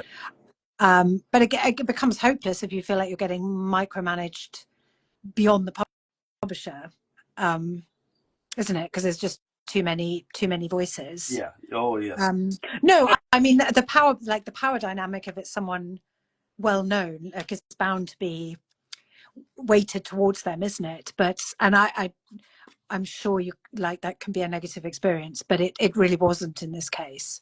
And he was very gracious about the publicity as well, because I mean that's another thing we've all sort of talked about, that celebrities can be quite bad at crediting illustrators enough when they talk about it, which again was really not the case with him. So he was giving. It was good. He was very giving, exactly. So it was all great, and no doubt has entirely ruined my expectations of working with another celebrity who'll be a complete nightmare probably. But if I ever get the chance. Did you know his work beforehand? Yeah, I did. I wouldn't say like I was an uber fan or anything, but he was definitely someone I liked and felt positive about. Whereas, because it's hard to say no to jobs, but there are definitely people whose books I wouldn't illustrate, and I felt really positive about the idea of illustrating his. And then when I read the text, it was kind of the kind of thing I'd be interested. Like I wouldn't be super interested in doing a book that was set in a very kind of realistic, contemporary world. Like that wouldn't really play to my strengths. So his kind of wry humor was worked more for my style, which I guess is why they asked me. Now I'm not going to ask this question for real because it would be totally inappropriate. But when you said that there are people you would not want to. Like, there's part of me that's just like, oh boy. You know what? Of course, there are people in my mind, but actually, it's more like there are so many celebrities whose books I wouldn't. Yeah. Not even necessarily people that I know that have written books, but they'd just be like, I don't really. That just doesn't sound very appealing at all. There was, I mean, there'd be more that I'd feel that way than not, I would think. one of the things that I do with my students when they're going through our professional practice classes, I ask them about sort of, are there people they would not work for? Oh yeah. Because we're talking about, not necessarily that I need to know what they are, but we're talking about sort of moral or ethical standards. Yeah. And like, when do you take a job? When do you not take a job? How much do you expect to be paid versus, what if someone doesn't pay you the right amount or whatnot? Yeah. One of the questions really comes down to sort of, if you got offered a job from a specific person that you are not a fan of, what is the threshold, or is there a threshold on how much you need to be paid in order to do that work? Yeah. Well, I guess it depends. Like, are you not a fan, or do you actively, dislike them or dislike something they stand for, that kind of thing? I guess not being a fan isn't that, to me, that wouldn't be such a big problem, would it? No. But so I don't know, and it depends what stage of your career you're in, and it's all those. Again, I feel like all those questions are easier to get answers to nowadays when you can ask so many peers. Yes. Like I do feel like we slightly operated a bit more in the dark with that stuff when I was starting, although it was less relevant. I mean, I still remember when Madonna, did the Lovely Roses, which felt like, I know there'd been celebrity books before, but that felt like the kind of beginning of that kind of thing, didn't it? I don't remember what year that was, but I remember there was a moment in my career where I remember being very angry at celebrity books. Right. Just because I was trying to break in, and it was it felt problematic to me, and I understand, like, now I totally get it. Am I in favor of it over all these like people that have amazing ideas that potentially don't get the chance? Like, obviously I want new voices and whatnot, but I understand the publisher side of it too, just the financial risk of having is brand new who may not bring in the longevity that they need for Totally. It's no, I get it too. It's a disappointing kind of situation, isn't it? Because you just feel like a lot of those books are quite sort of crummy quality, and we could do without them. And there are so many of them, and they take up so much oxygen. Like, you just know that the publicity budget for them is so much bigger. So it's definitely frustrating. But also you get it. Is probably the more challenging side of just like how much shelf space or how much advertisement gets put into those versus someone who may have a genius idea, but they're just totally. But then it's wider that, and I'm not like, it's why it's our culture, isn't it? And our interest in celebrity and fame and all that kind of stuff. So it's bigger than just the books as well, isn't it? Well, it's that, and I also think that again, I think as time goes on, I understand that this is a business for people, and I understand that if it wasn't for things like that there are times wherein, you go into a bookstore and you see the big display for whoever it may be, but it also means that they're in a bookstore and there is a chance that they might pick up something else. Yeah, that's also true. Like, there's different angles to look at it, but I know when I was starting out, it was frustrating because it was how do I get seen in this? It goes back to that idea of any student walking out the door, how do they get seen? Yeah, I think I agree. I think it's really hard. And that could just feel very overwhelming, all that, when you go into a bookstore and just see all that celebrity stuff. It's hard not to feel disheartened by it. Challenged. Yeah, definitely. So, Mark, I think I'm running out of I keep catching myself that I'm just not drawing anymore. So I think I might make a move. Okay. Let me I'll switch my camera down. Okie dokes. If I get it back on my face for a second here. There we go. Right there. Yay! I know that everybody says that it's challenging to talk and whatnot, but you were doing fine through that whole thing. I know you may like mentally. I understand it may be challenging on your end, or the like. What am I saying? Where am I going with this? But you did fabulous. I must say I thank you for your time and your patience and the willingness to jump online and get in front of people and draw for us. So total pleasure. Thanks for asking me. I've enjoyed it. yeah. And is there, before you go, I know you said that you were working on the second version of the book right now, but are there things coming out soon that we can? Not this. No, not this year. Now the second book will be coming. Well, I don't know if it's in the States, but so basically the two books that have come out this year was The Boss of the Underworld and then Trouble at the Bug Hotel. Oh, yep. Written by Catherine Simmons, that came out earlier this month. And I think nothing now till the next Boss of the Underworld early next year. Oh, early January, meaning. Early January, yeah. And it's getting an American publication next year. Okay, cool.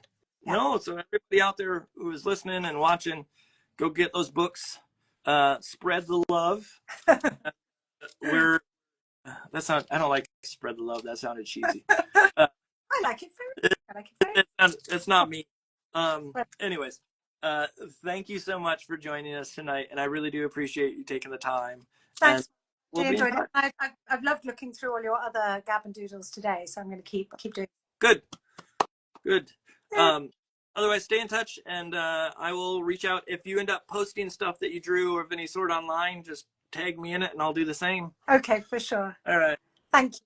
I don't know how to leave. Oh, there's a little X button that should be on your portion. Oh, yes, there is. Okay. Thanks so much.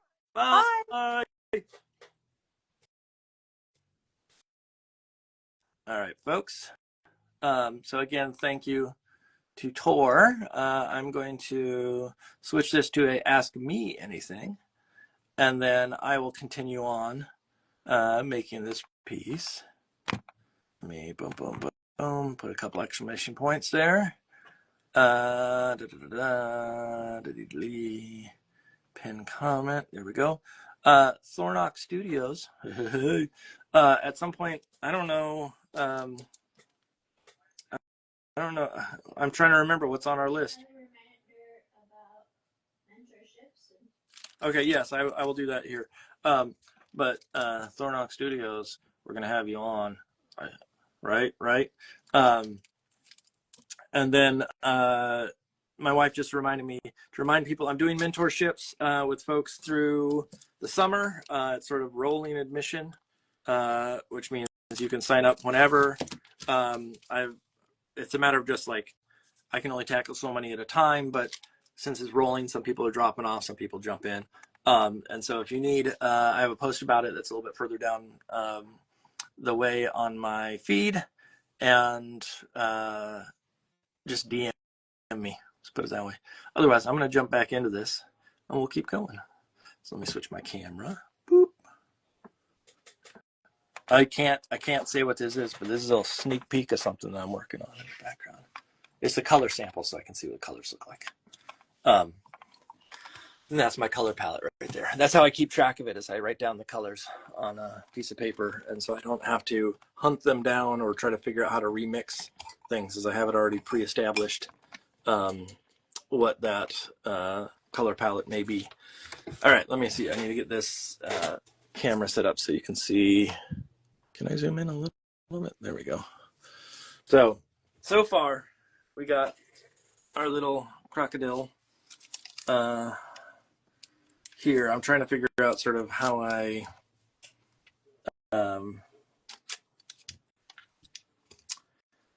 get this in some meaningful manner. I'll cut that a little shy of that.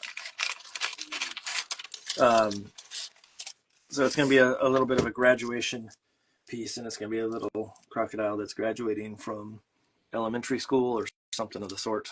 And so I'm just trying to figure out what to do with it 100%. So if you have ideas, you can throw those ideas in the comments. Currently, I may do a couple other characters. I'm going to put this rug in. So there may be like a little, I'm not sure what that'll be, and something there and sort of like put them in here. And so it'll be just a little like celebration of graduation. But if you can think of things, you holler and I can throw them in. I'm also going to request a little, where are we at time-wise? Lauren, you got to go soon, right?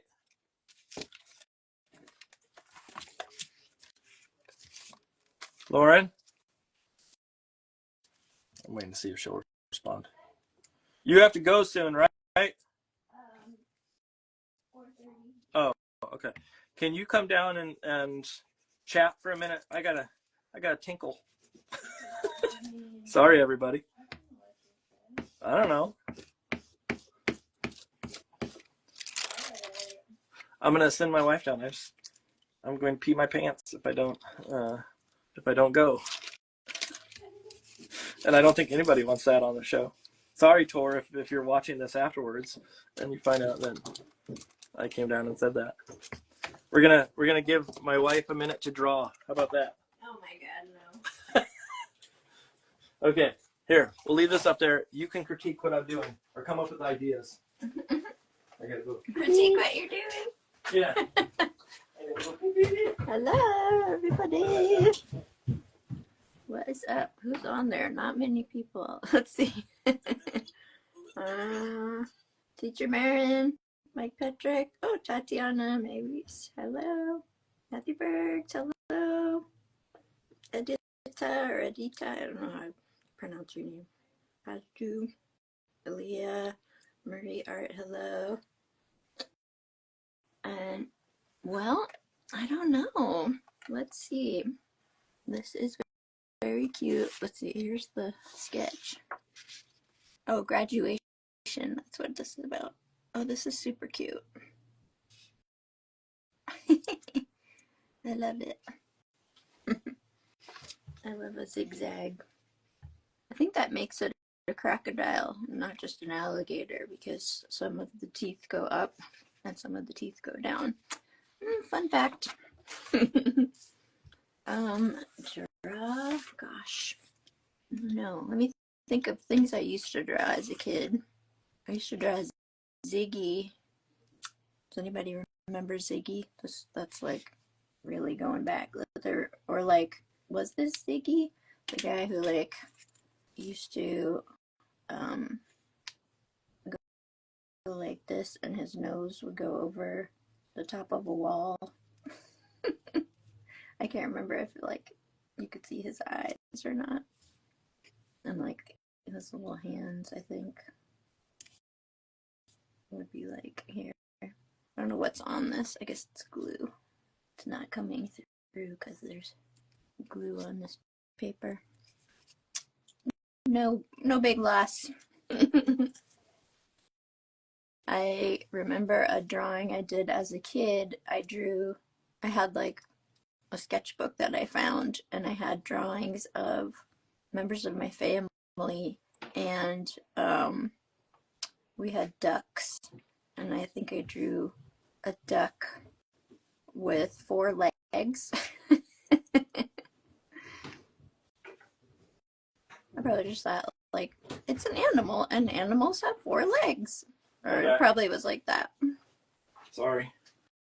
Here goes a duck with 4 legs.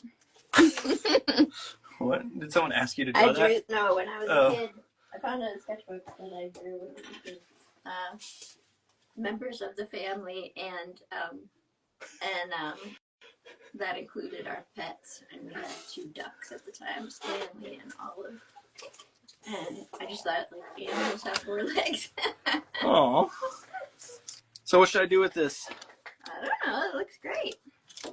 I know, but it's nothing yet. Well, you just keep going, and then there will be something. Is Lauren taking suggestions? I'm just looking. I have no idea what you said when you came down here because I didn't have my phone with me, or any way to listen Oh yeah. when I no. was upstairs. So you could have been trashing me for all I know. Enjoying the sketch, and I said that's a crocodile because some of the teeth go up and some go down. Oh yeah. That's how I know, because they cross. Yeah, Crocodile. You can see the ones that go up. Oh, okay. That's how I know. There's some other like, not pneumatic. Pneumatic? Mnemonic, yeah, mnemonic device. Yeah. Johnny mnemonic. That do some things. Oh yeah. But so if people come up with ideas Oh yeah, that they would Kilroy. Yeah. I didn't what? know if it was Ziggy or two. So like. Oh, this little guy. thing used to draw. Yeah, like I knew it wasn't Ziggy, but it had a big nose like Ziggy, and I think we thought it was when we were kids. But I think it is that Kilroy was here. What's the like? Yeah, and that's another thing that everyone thought that was Stussy, but it isn't. What is it? I didn't It's even draw just a it different right. thing. It's just some kind of S, but everybody says it's draw Stussy, it but right. it isn't. I did a deep dive one time on that. I have to figure out. Like I may put a couple of characters. It's just Yeah. not doing much right now. Like I need other things. Like he's gonna have a Yeah. little.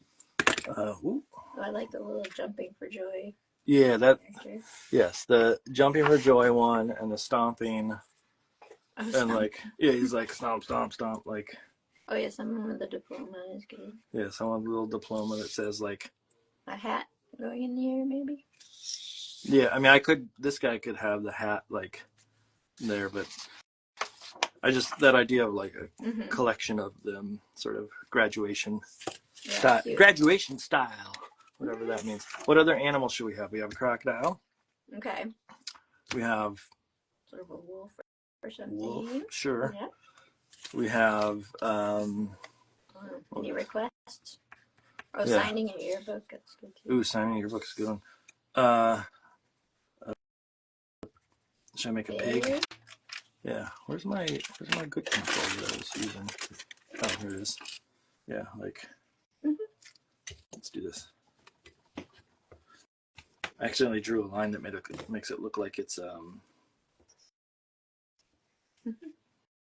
like it's a elf ear there that's been bothering me. Like should this be something other than like a bear? I always draw bears. Yeah, no, bears are cute. I don't know. I mean, do you have room for all of them? No, but anyway? I can put a few in. What should this one be? A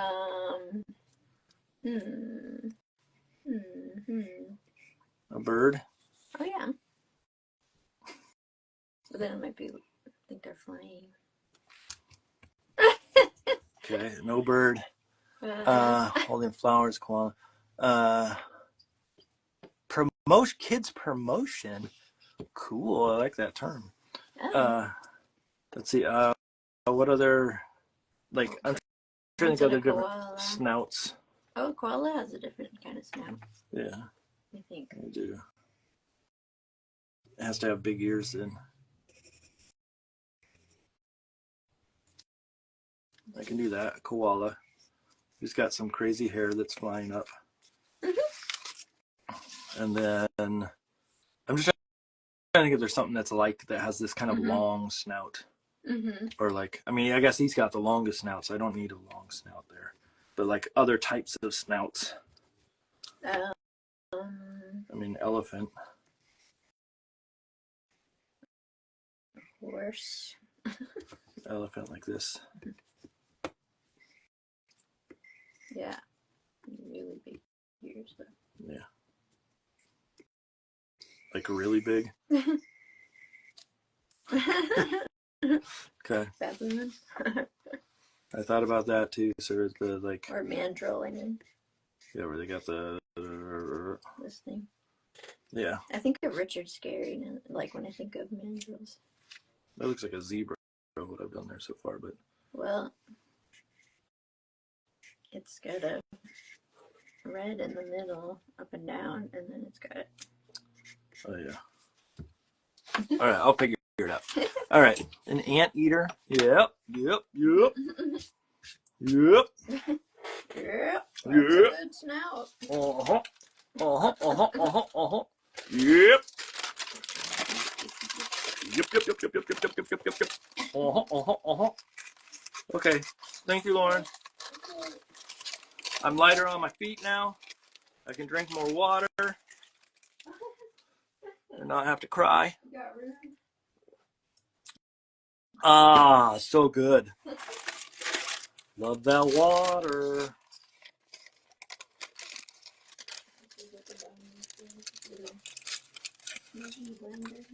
What? Oh yeah, the cats keep taking.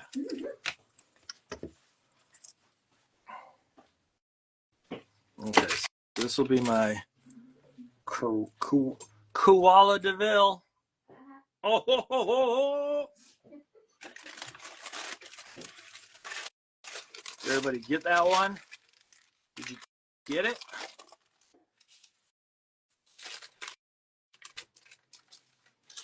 The problem is, I feel like I might need.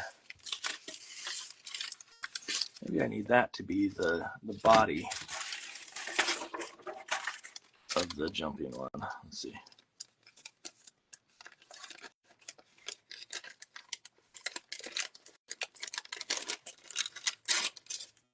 So like, make it like this. And let's see what happens if I do.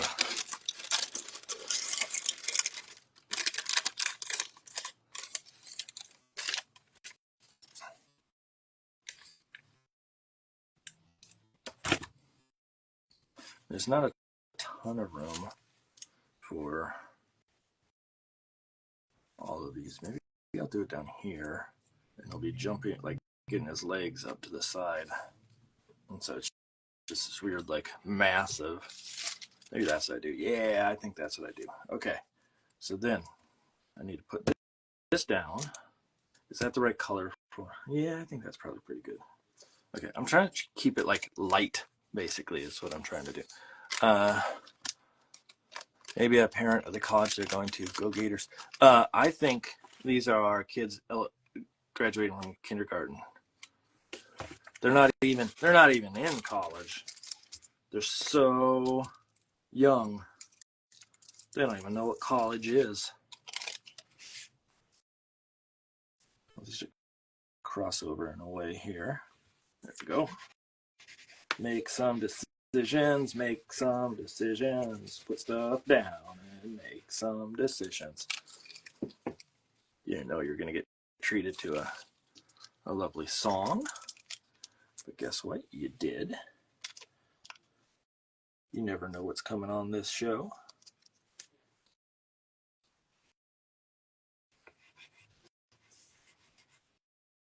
I don't remember. I must have had. Do they do graduation from things now? Like, I see it on like social media, but my son didn't have a thing graduating from kindergarten. I don't think. Did he, Lauren?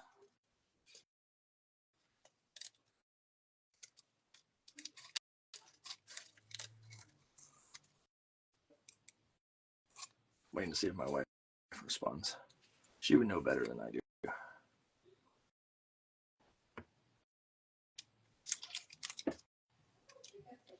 Yeah, I don't think he did either. Like, Well, if kindergarten was in the same school as in. that's true. It's not like he was graduating from. She's saying his graduation was from the same school that first grade was in and second grade, so it wasn't like he was going from one school to another. But I feel like some people still post that that idea that they're like their kid is graduating from elementary school, or not elementary, from kindergarten rather, even if they're going. But whatever, it don't matter. I'm trying to figure out angles here because what I don't want is this one to be at an angle that is similar to this limb, because if I do that, then it looks like it's just like, well, it's going straight through. So I'm trying to figure out the angle in which to do this, and maybe it's here like this. That's probably good. Okay. What was I gonna do? There was something else I was gonna do before. Oh, it was, where is it? Sticking down. I need to get that stuck down. There we go. Speaking of graduating, my son turns 12 today. He's so mature. He's a man now or something. I think he went to school this morning barefaced, and he's gonna come home with a mustache. I think. I'm pretty sure that's how it works. I think. I can't guarantee it, but I'll find out when he comes home.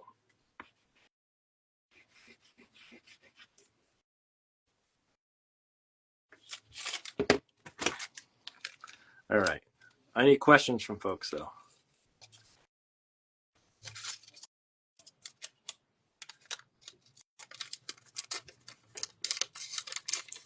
I'm going to try to get both these legs out of this.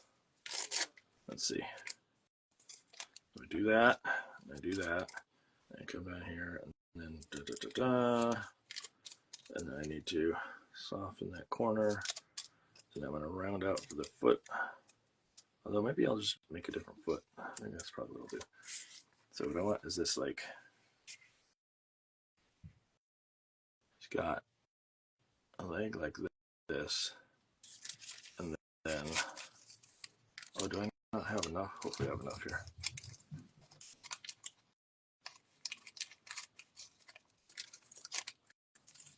We'll find out. Did I say it's his birthday? Yes, I did. I think. Now you're making me question my own sanity. Did I say it's his birthday? I hope I did. Well, that looks like he's just laying there now, so that's not good.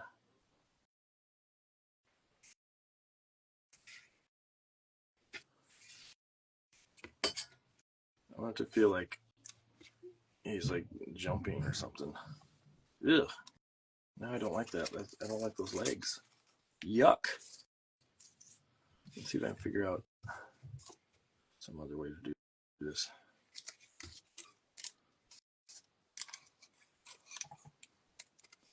Give him a little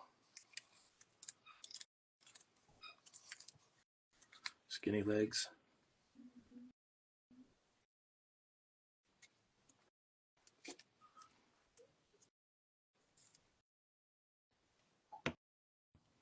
One leg like that, and then another leg like, do you have any more of this purple? Ooh, I got some darker purple up here that I could probably use. Oh, wait.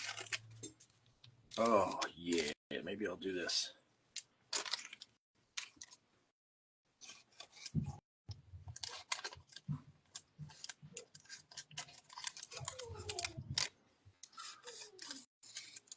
I like big, thick legs.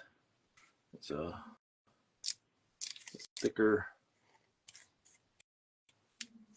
the funnier to me.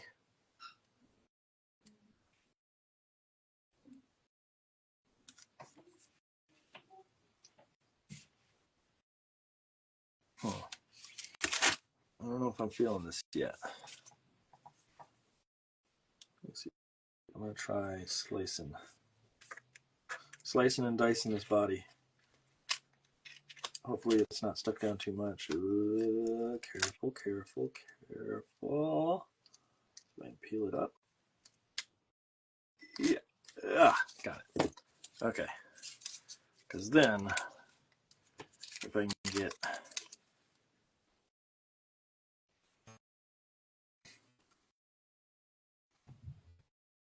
these legs in a fun way, let's see. I'll do, let me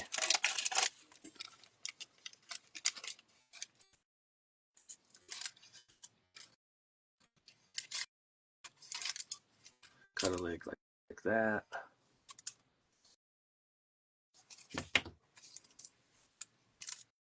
That's on the wrong side. Flip it. There we go. And so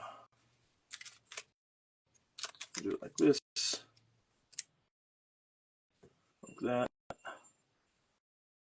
And the other option is put the pig in front of this, but I think this will work. What I want to do is get this just far enough so it crosses down. Although I can actually double up. Maybe that's the way to do it. Let's see. Give him a long leg. Long leg. Long leg stand. Oh yes, my wife mentioned Apple and Onion, which is a very funny show. That's got Richard Ayoade in it. Maybe not that long. Let's trim that down just a touch. There we go. Doesn't need much. Just enough. It crosses over that yellow in a good way. There we go. Okay. What I might do is... wait a second. I wonder if I... That's funnier. Jumping in. That is funnier. I like that. It's a question of how far do I make this? Okay, so let's do this. Let's trim that one. So that can go like this. Right up here. Like so. Okay, we're going to stick some stuff down. We're going to make it work. Apple and Onion is very, very good. It's like, it's in line with SpongeBob, but without the, like, chaos. Like, yes, there's chaos in it, and yes, it's anthropomorphized things, but I feel like it's not chaos in the same way where it's like,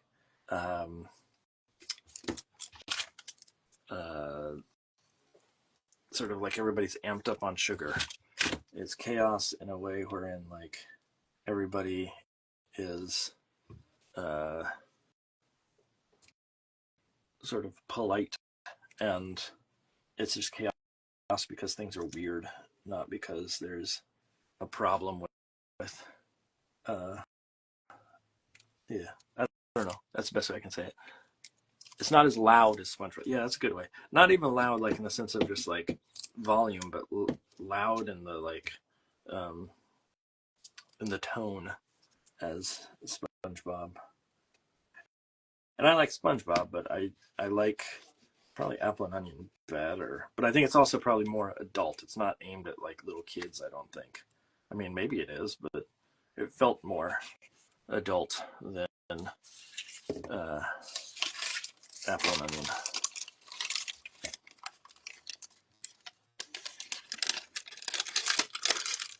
Trying to figure out if I can get 2 koala ears out of this.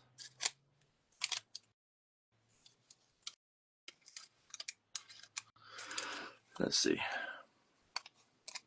Here's 1 koala ear. I'm just gonna stick out that way. So let me trim it like this.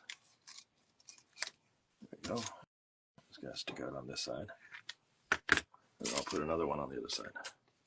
Okay. Yes, it is. It's very goofy. You're correct. So what kind of questions do people have? How can I help? I'm doing mentorships, obviously, but I can also just spout some advice here too. The mentorships are actually looking at people's work and things of the sort, which I'm not going to do in this format, but you know, it's personalized there. But if you have questions about industry or about art making or about life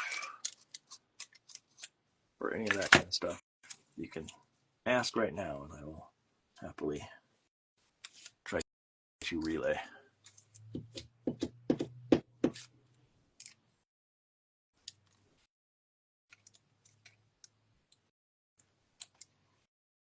I will tell people that I'm working on trying to figure out a book idea right now, that I can't relay what the idea is, but it's challenging. I think I have the premise. I don't have the logistics on how it all connects. And I don't know how it ends yet, which is probably the biggest problem, that I don't know. I mean, I know how it ends, but I don't know how to get the ending to happen. And so, like I know what the ending scene needs to be, or what the the overall message is with it. I'm not exactly sure how to get there, given the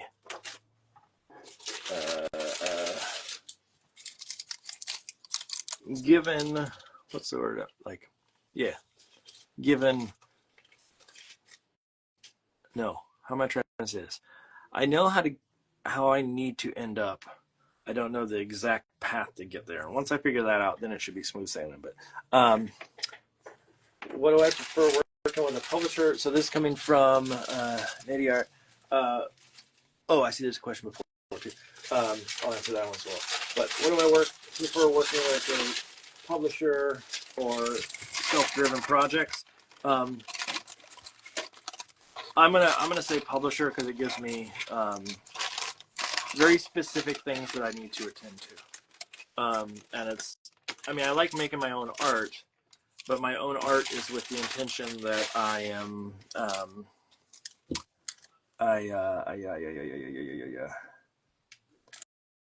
I'm throwing out challenges for myself.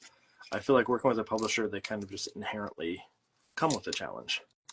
And so I like the idea of money. No, I like the idea of not having to force the challenges often, and just having it sort of dropped in my lap. And what I mean by challenge, meaning trying to figure out how the whole thing sort of comes together.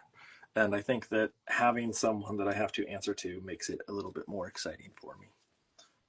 Makes it a little bit more interesting, because then it's not just me winging it, it's me having to meet someone else's demands.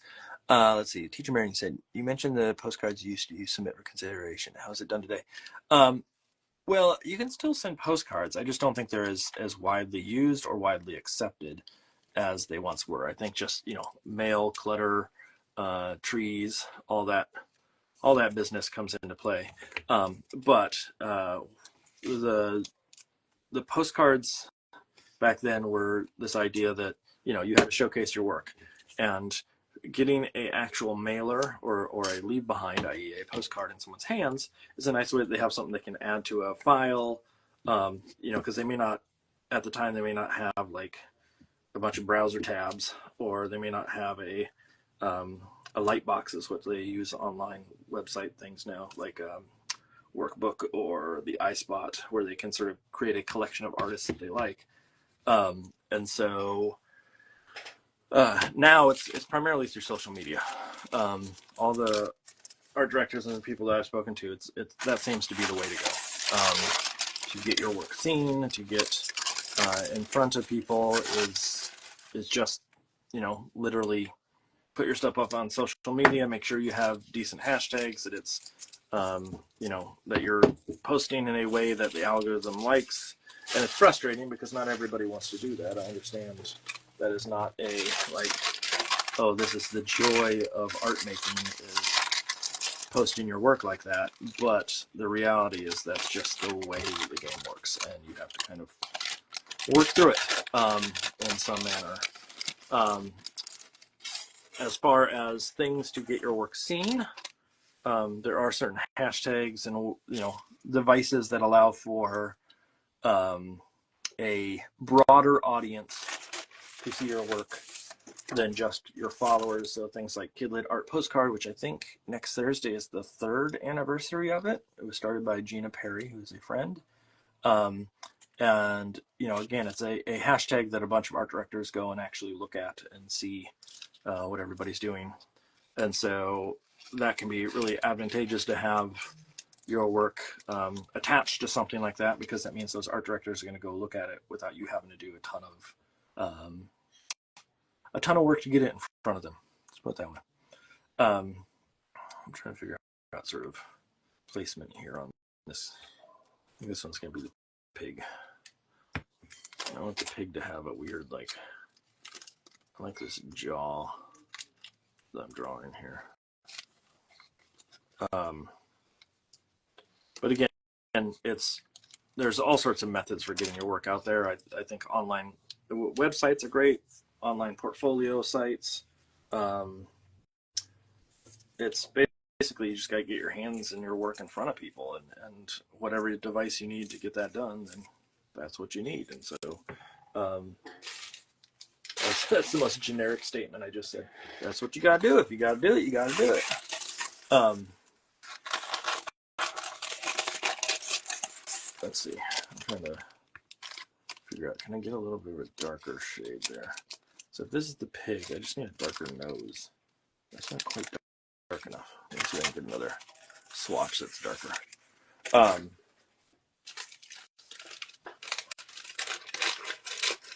That's probably gonna be too dark.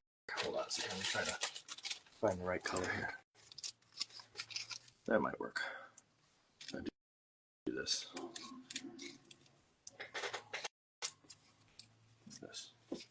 Put that up there. Honk. Honk, honk, honk, honk. Where's my drawing? I keep losing my drawing. And then, sorry, I'm losing track of what I'm trying to say as I do this. Okay, so a couple other things. I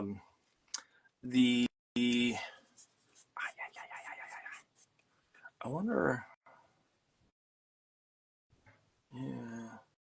No, I'll keep it like that. So Happy Draw says, can you tell us a bit about your agent? Yeah, so I have two agents. One agent is a literary agent and works solely with kidlit stuff. And that's Andrea Brown Literary Agency, and that's with Jen Lofgren, who's my agent. And then the other agent that I have is a art agent.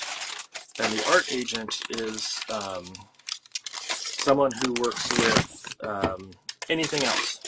And it's rare to have two agents. That is not a standard sort of setup for people.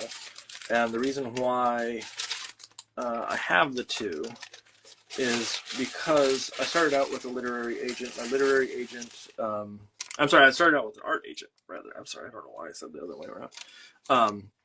The art agent that I had was doing everything, and I got a kidlit offer through them, enjoyed it, and so I went and did a career consult with at a SCBWI event, and met my literary agent and really enjoyed sort of the conversation. And she reached out saying, hey, do you ever want a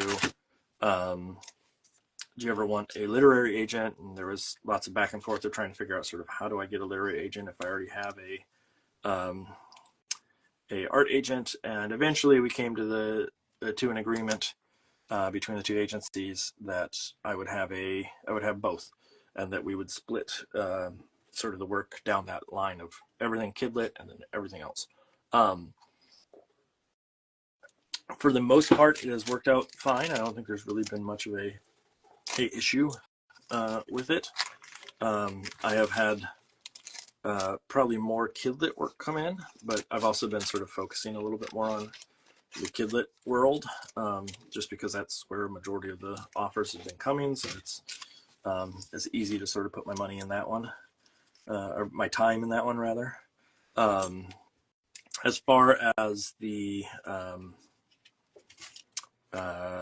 difference in the agents, the literary agent takes a little less on the back end than the art agent, and that's primarily because of the way that the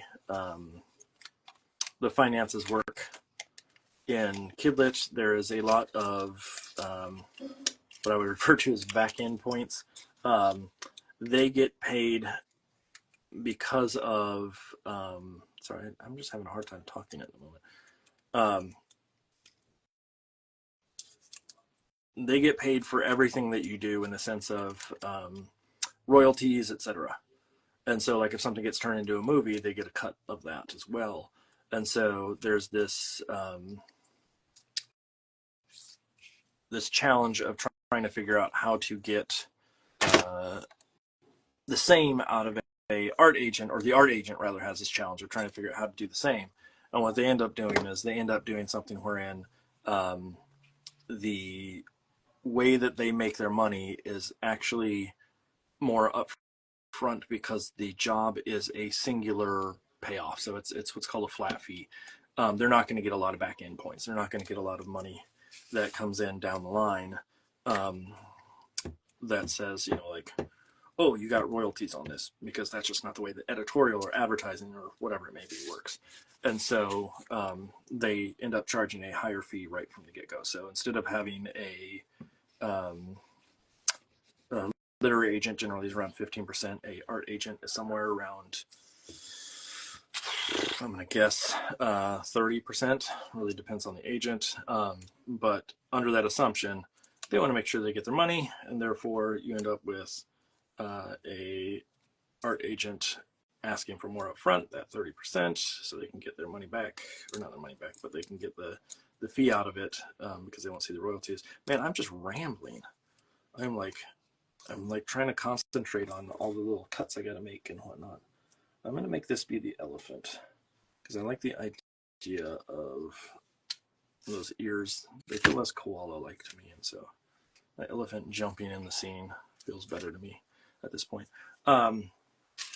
I don't know, man. I just rambled though. That was weird. I felt like I didn't answer anything along the way. Let me try again. Let's ask another question. Let me see if I can do it with another question. If I can actually answer something that makes sense. If I'm coherent. What other questions do we have?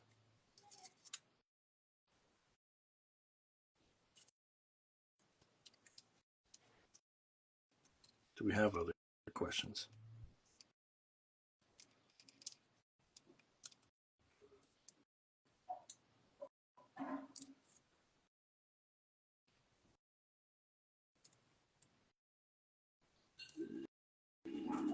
Yeah, there we go. Do I wear wigs? I just thought of a bad joke. I'm not going to say it. No. Actually, I don't. I'm trying to think if I've worn wigs for costumes. That's the closest I've gotten. I have shaved my head bald once. When I was in college, there was a guy, Bill. What's Bill's last name? It started with a B as well. There's two B's. Who was doing a video piece for a class about some Shakespearean play. I don't remember what it was.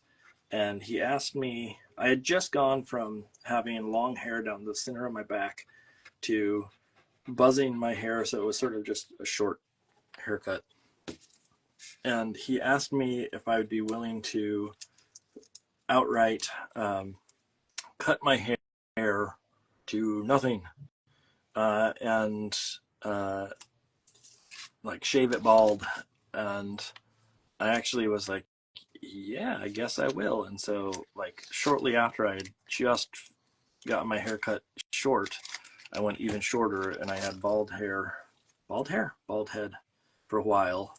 The challenge with the bald head was I was a very skinny kid when I was in college, and the problem that I had with it was the bald head made me look sick because I was just so skinny, and then it was not a great combo for my frame at the time. But I did that for a little bit, and then then I grew my hair out a little bit, and then when I got out of school, I did a mohawk for like a week or two just for fun.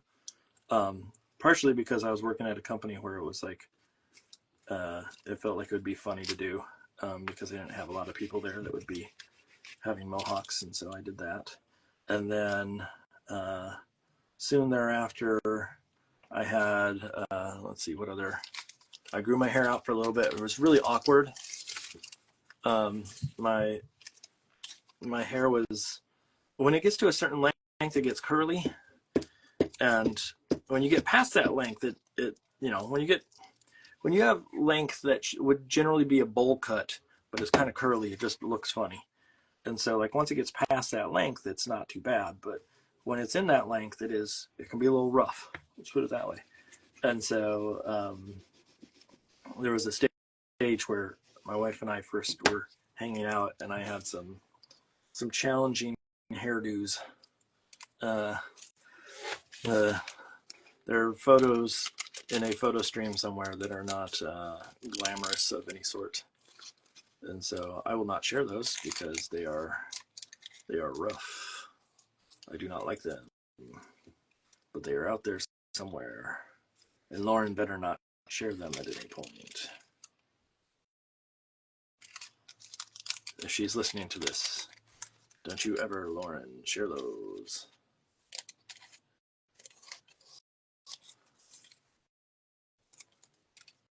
Challenging hairdos. Oh man. Okay, so there is a photo, and it's the photo of me. If anybody follows me on, or not follows me, if anybody knows me on Discord, you can find it. But because it's my user image. But there is a photo of me when I must have been in like 6th grade, 7th grade, something like that. That is me with a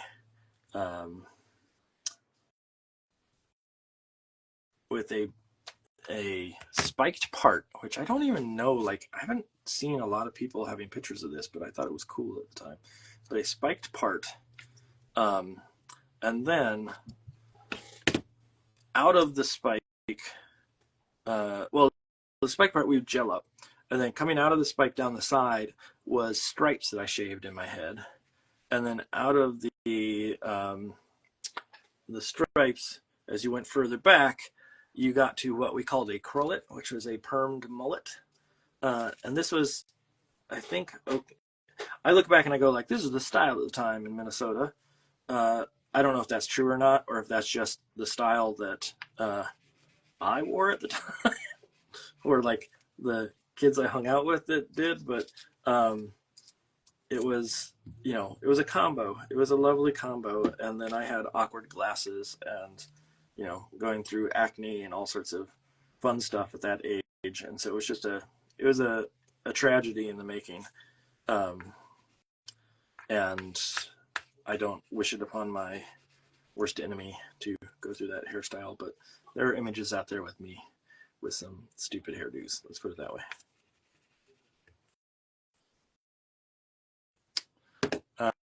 Okay, do I want to do... I'm trying to figure out if I want to do a separate, like, pant leg for this guy. If so, what color do I choose? Maybe yellow. Yellow's not bad. Mullets, yeah, have come back. I don't know if a crullet, or what we called a crullet, is as cool now as what it was back then for me. And what's funny is I actually had naturally curly hair, but I didn't know it, and so I was, doing it up. I was curling that sucker, trying to make it look even cooler. And so, yeah, bad times were had by all. I'm trying to find the best, like, that one's not bad.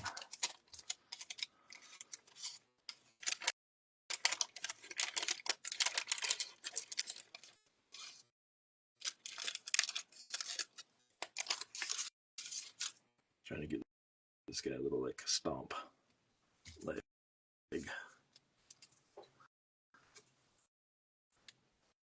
Although maybe it needs to be more up, like this.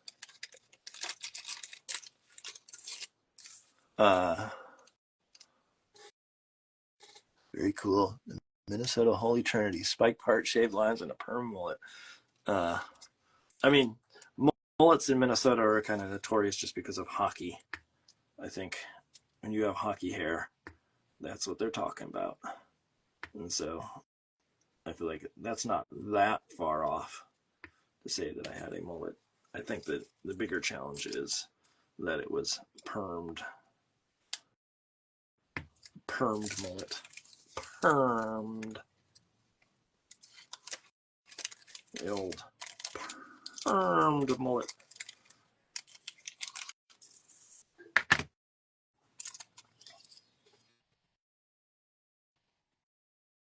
See if I can get this guy like right up in here. The unholy trinity, yes, that is more like it. The godforsaken trinity. I'm glad I didn't know you when Trinity. You thought that was what everybody was doing, Trinity.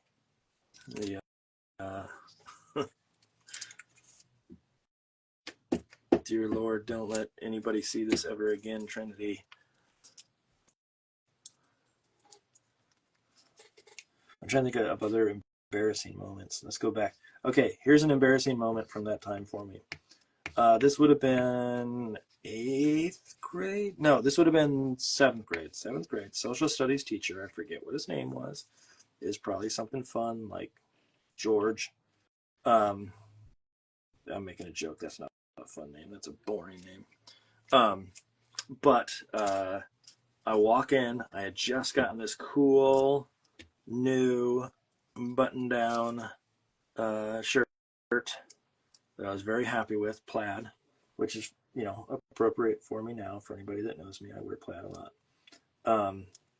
And I walked into class, and the teacher had the same shirt on. And as you can imagine, when you're in 7th grade and you are wearing the same shirt as your teacher, boy, oh boy, does it prove how cool you are. Especially when that social studies teacher is an old man and you have the same shirt on as him. I could not keep the people away from me. They were so jealous of little old me walking around with the same shirt as my teacher, as their teacher too. Boy, oh boy. I also remember, real quick, Teacher Marin, before I answer that question, I have one other memory, which was when I was in school, we have those sinks, and some folks will probably know what these are.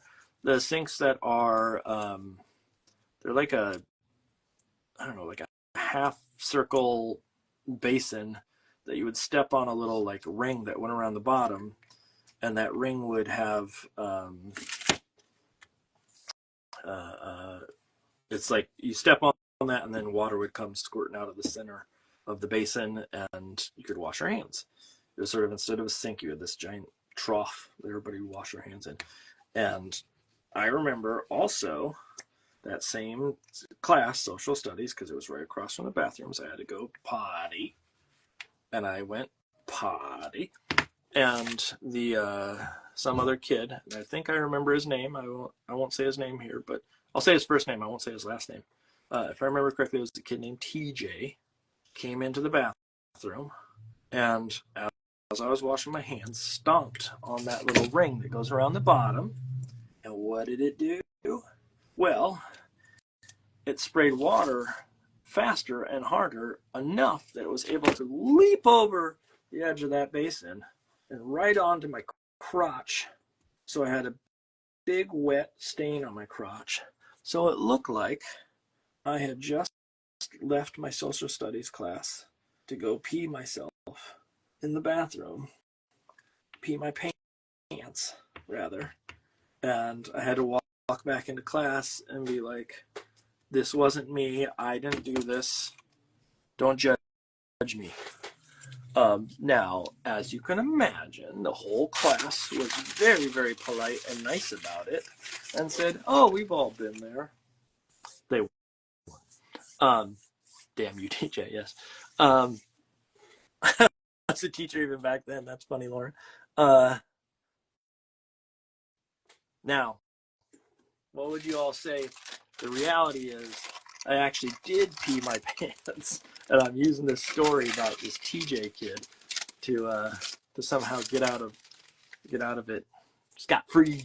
Okay, real quick. I know TJ Marin, you said, what is my favorite illustration I have done? That's a tough one. There are illustrations that I do that are that I'm very excited by when I'm done with them. There was a piece that I did of 3 trolls underneath a bridge that still I think is really good. I was going through old illustrations the other day, and my wife and I were looking at a bunch of them, for, I forget what reason, because we're cool. And there were a couple of them where I look back at them and they made me giggle, which is like the thing. If I can get that to happen, if I can make myself giggle even after the fact, like this far after, if I can make myself giggle, then I know I've done something good. And so in that case, I'm trying to remember what it was that made me giggle.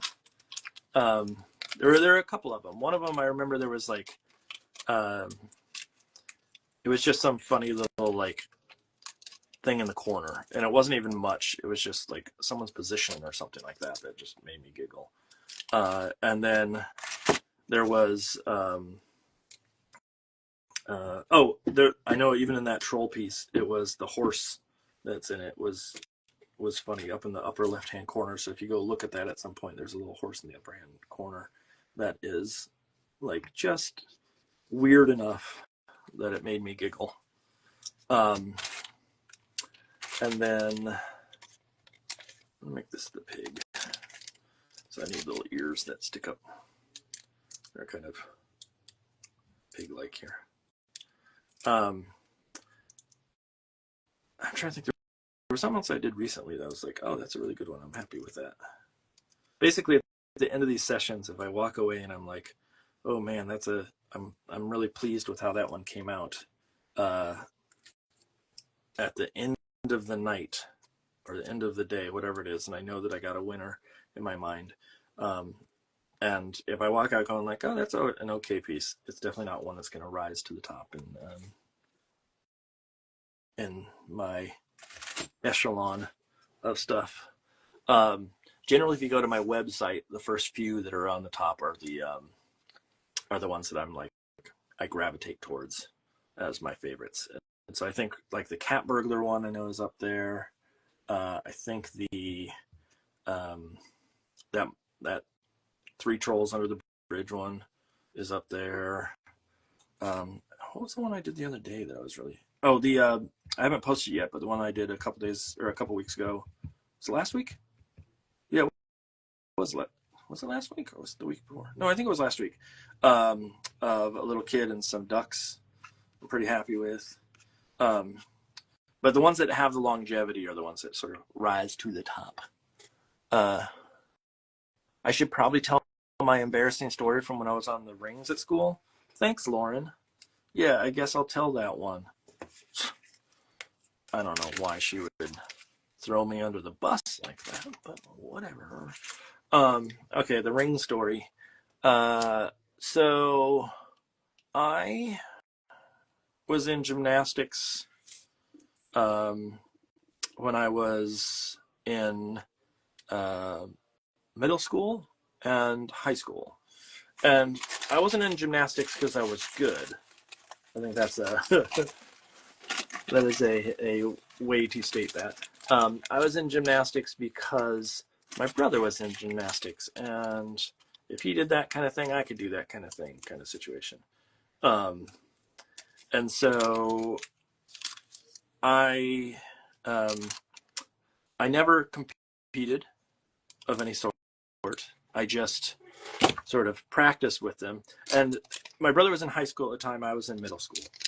When you're in, or when you were in that district, they didn't have enough people to do, to be on a team. So they opened it up to anybody in that district that was in middle school that was good enough could be on the team, kind of situation, or wanted to practice with them could be on the team. So I was like, yes, I'll do that.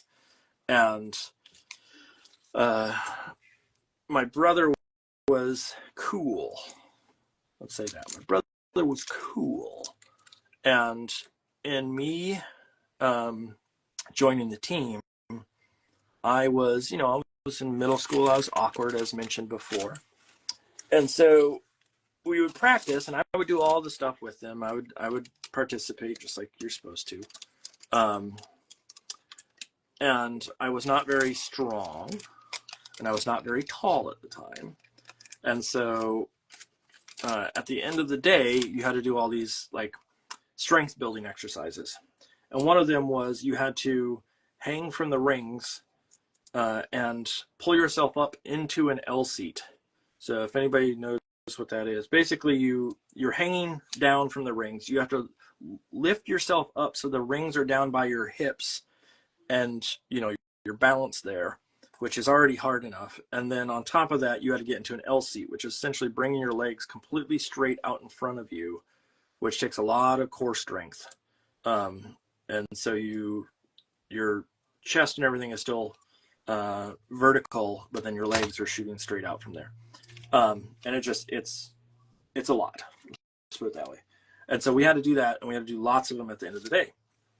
And I was not quite tall enough to jump up to the rings myself. And so the practice was, if you weren't quite tall enough, someone else would help you up.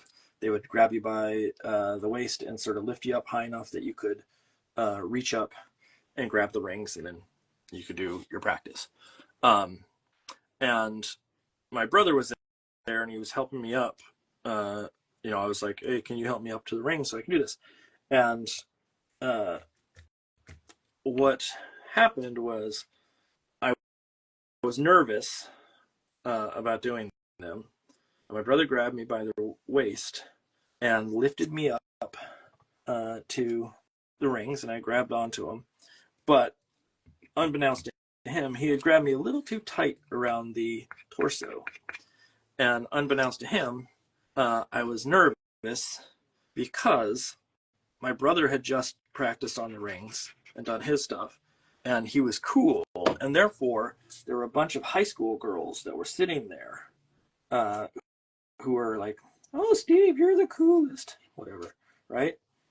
And he grabs me around the waist, lifts me up, and I just immediately fart in his face, and then hang from the rings for about, it felt like a half an hour. It felt like a long time. It was probably seconds.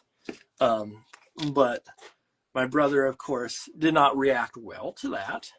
He was not happy about being blasted in the face in front of a bunch of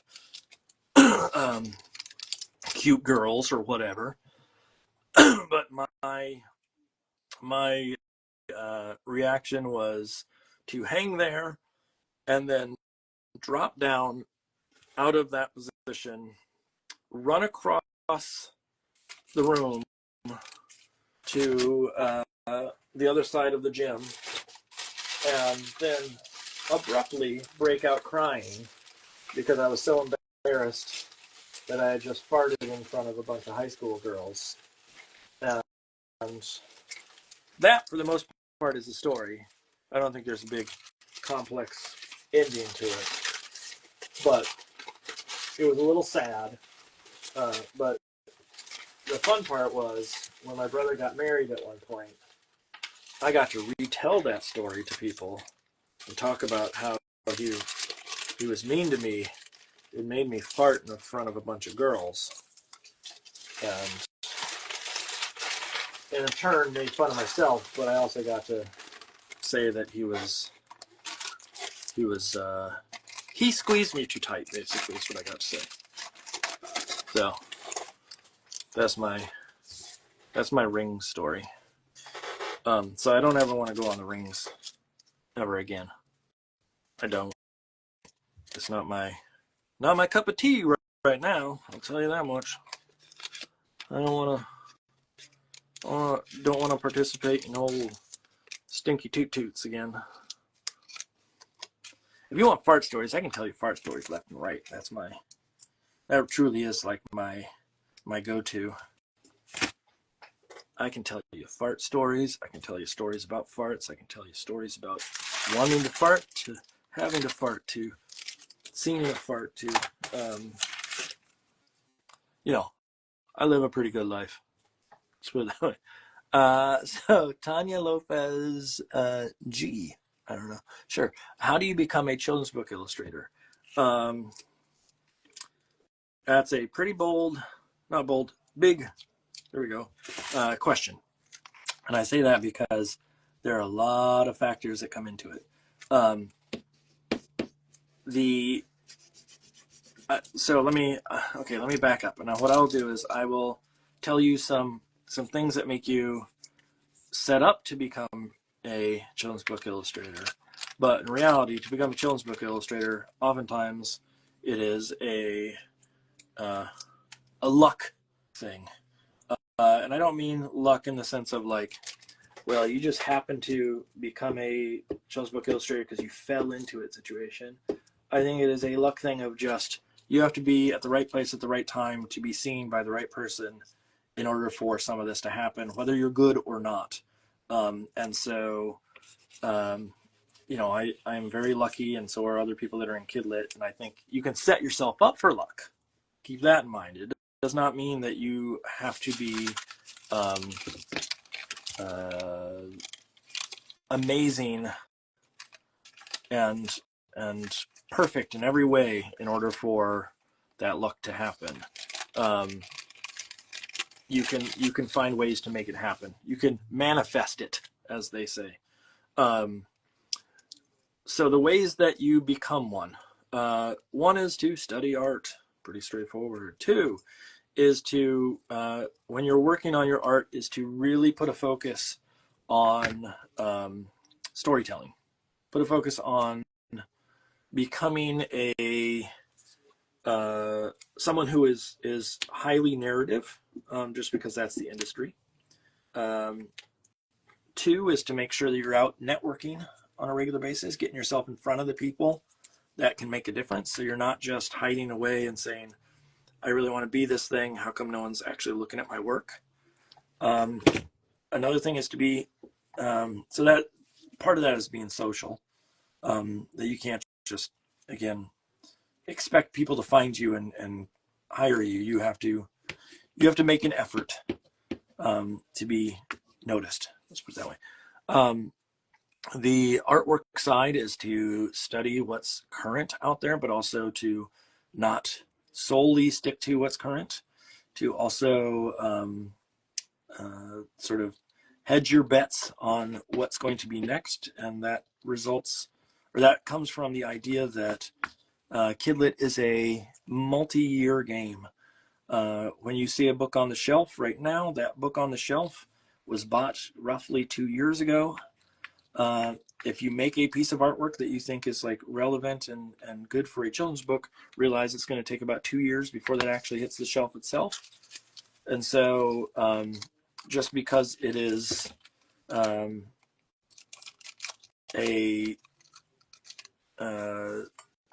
it just takes time to publish, basically, time to produce that book.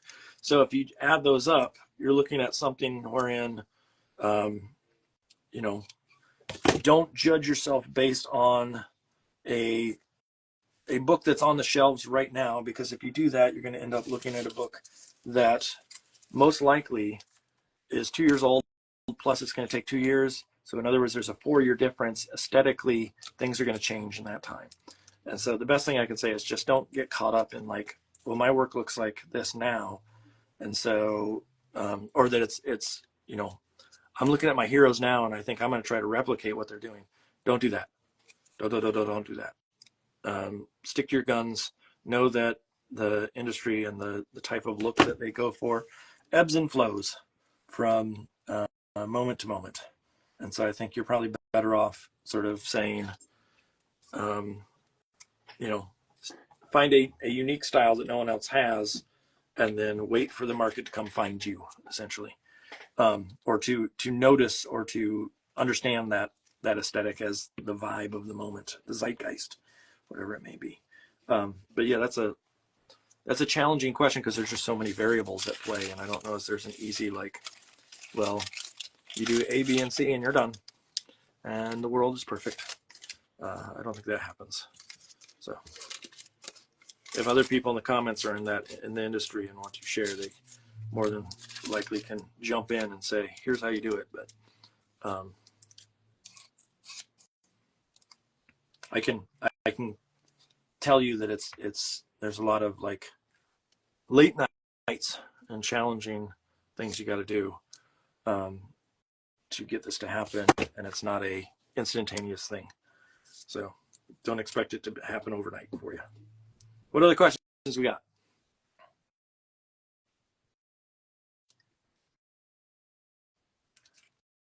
How else can I help?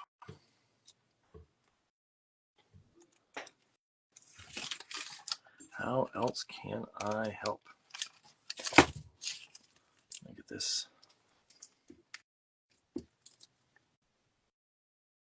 Not sure if there's a wolf or a bat, but whatever it is, it's going to have a long nose.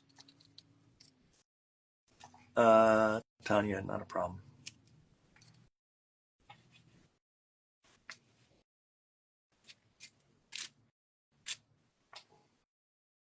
I think I may move this ear back a little. I can peel it up still. Can. That feels better to me at that sort of distance. Okay, so I got to restick. I got a lot of paper down here. It will get cleaned up in a bit. Once I get all these stuck down, this will get a little bit more cohesive.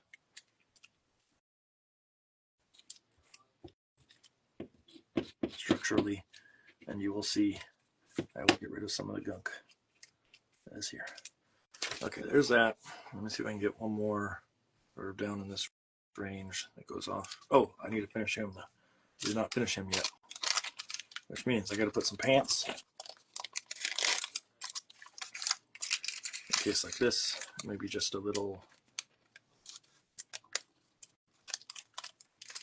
hint of pants. It's in here. Like so. They're all kind of jumping in. How important is it to join SCBWI? I mean, you can totally get work without SCBWI. I think the thing about SCBWI that is probably makes it worth it is if you're just starting out, it gives you a lot of resources. It gives you a lot of contacts that you may not naturally have in your world. So the equivalent of like having a group of folks that you can crit with, having access to some art directors that you may not naturally get in front of on a regular basis. It'll give you that kind of stuff. But I know plenty of people that have never joined and still have gotten work. I just think it gives you a little leg up. And so if someone's really interested in joining, I think it's worth the fee, essentially, for a year to test it out and see if it actually makes sense for you. I myself have sort of moved away from it a little bit. I think I'm still a member, but like I just don't go to as many things. Part of that is out of pure like time concerns. I just don't have the time to devote to going to some of these events on a regular basis. Some of that is also it's not like it's good if you're trying to break into the industry. I think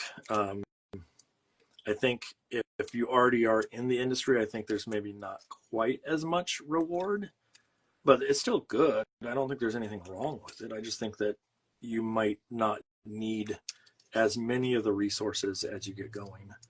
I am at the point where like the thing that I get out of it is more of the networking than anything. But again, it is not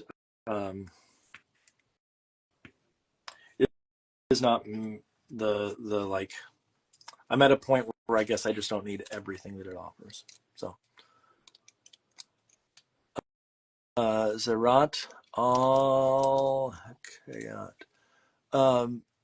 so I will say I'm doing mentorships right now. However, the mentorships are paid, so I don't know if that's a challenge for you, but in those I do portfolio reviews. And so if there is the desire to have a portfolio review, that is a way to do it. In doing the portfolio reviews, it's an hour-long session.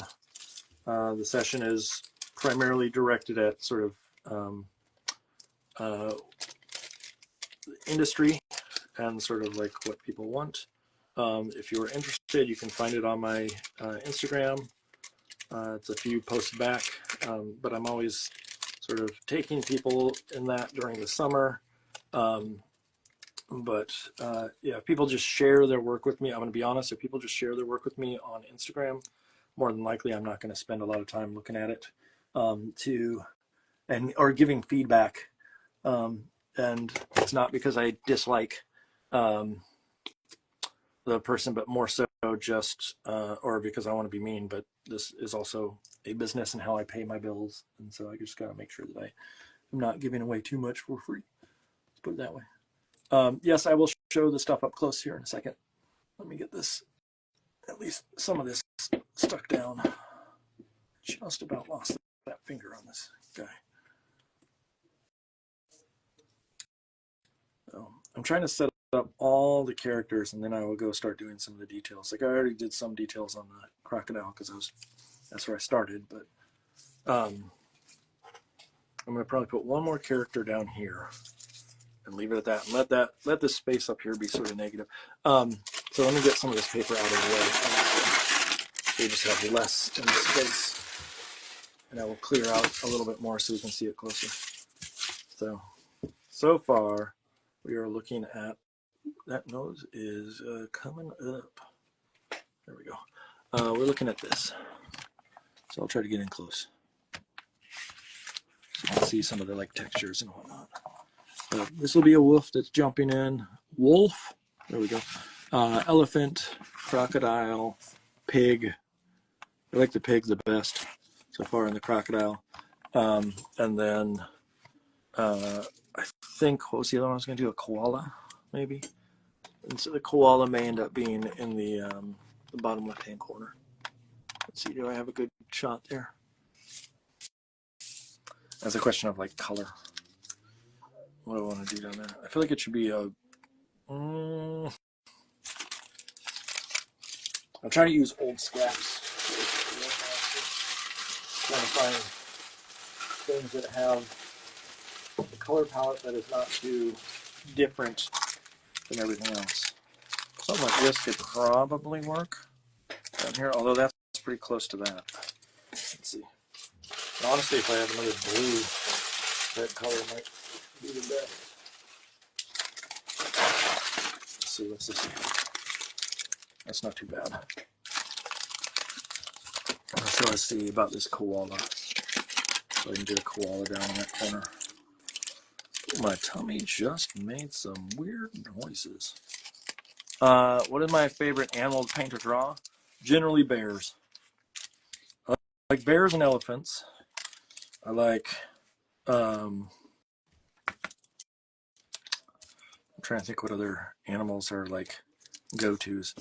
Bears and elephants, primarily because I feel like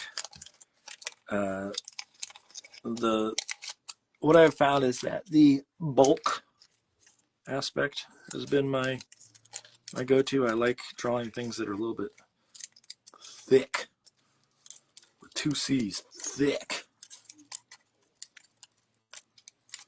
And so something in that range. Although that's the same ears as that. I don't want to line that up. Is there another animal that I can think of that I could put there? I mean, it could be a bird.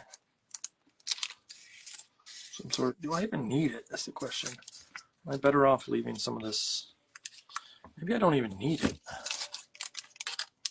The only thing I question right now is the pants here. These all have different colored pants. That guy has the same color. And so maybe I need to fix some of that. Or maybe I just need to add more stripes. Maybe that's the way to do it. Let's just add more stripes in here. Let's see what happens if I do that. If I add a...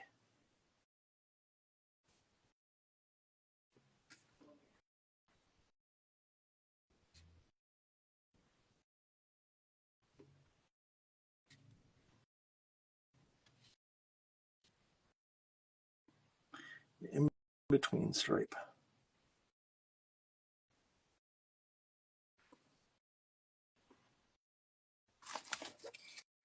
So it starts to register as a little bit of a different tone there. Maybe that's the way to do it. Yeah, I don't think I'm gonna add another one. I think this is pretty good.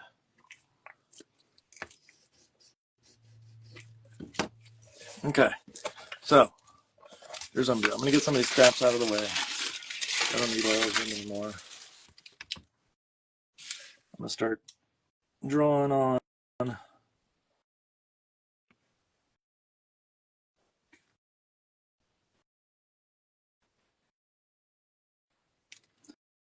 and making this guy good.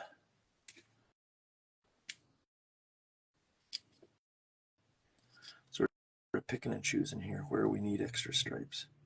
We don't need it on every single one of these because some of these are spread out a little further. So it feels a little bit more irregular as it goes. What other questions can I answer? Come on, people. Smile on your brother. Everybody get together. Try to love one another right now.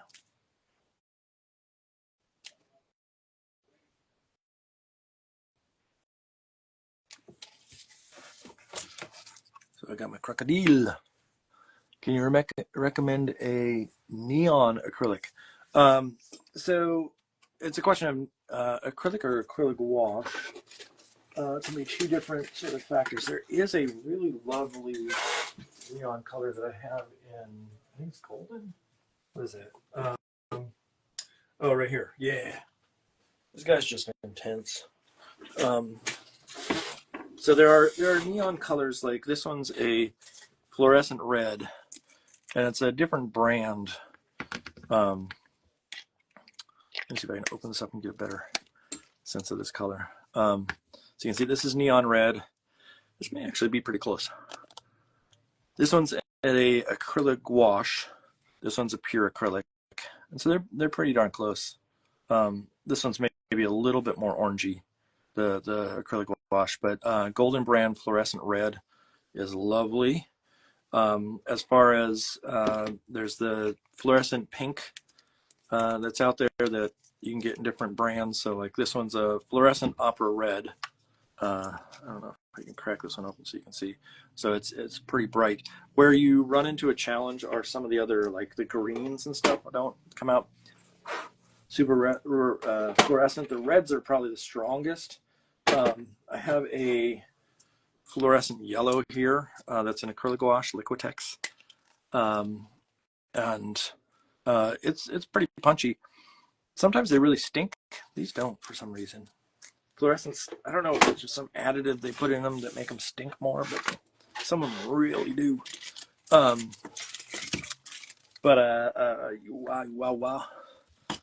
What was I going to say? I don't remember what I was going to say. But yeah, I'm gonna probably, I want to see what happens if I put in these like noses like this.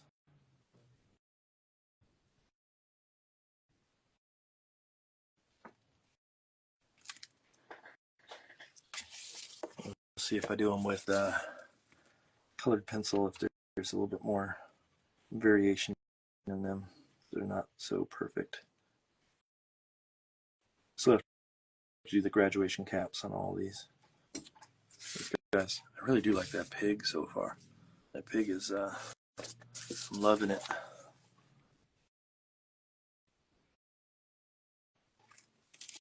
There's my elephant. There's my nose on the wolf there. Okay, let's get some other eyeballs on these suckers. House makes. I'm trying to think if I have other neons that are. I mean, I have a neon fluorescent green. So here's a Liquitex fluorescent green. And again, I'm going to tell you right now, it's not the most fluorescent color. It is maybe when you if I put a little bit of it down here on the surface, it's bright. I won't say that's fluorescent though.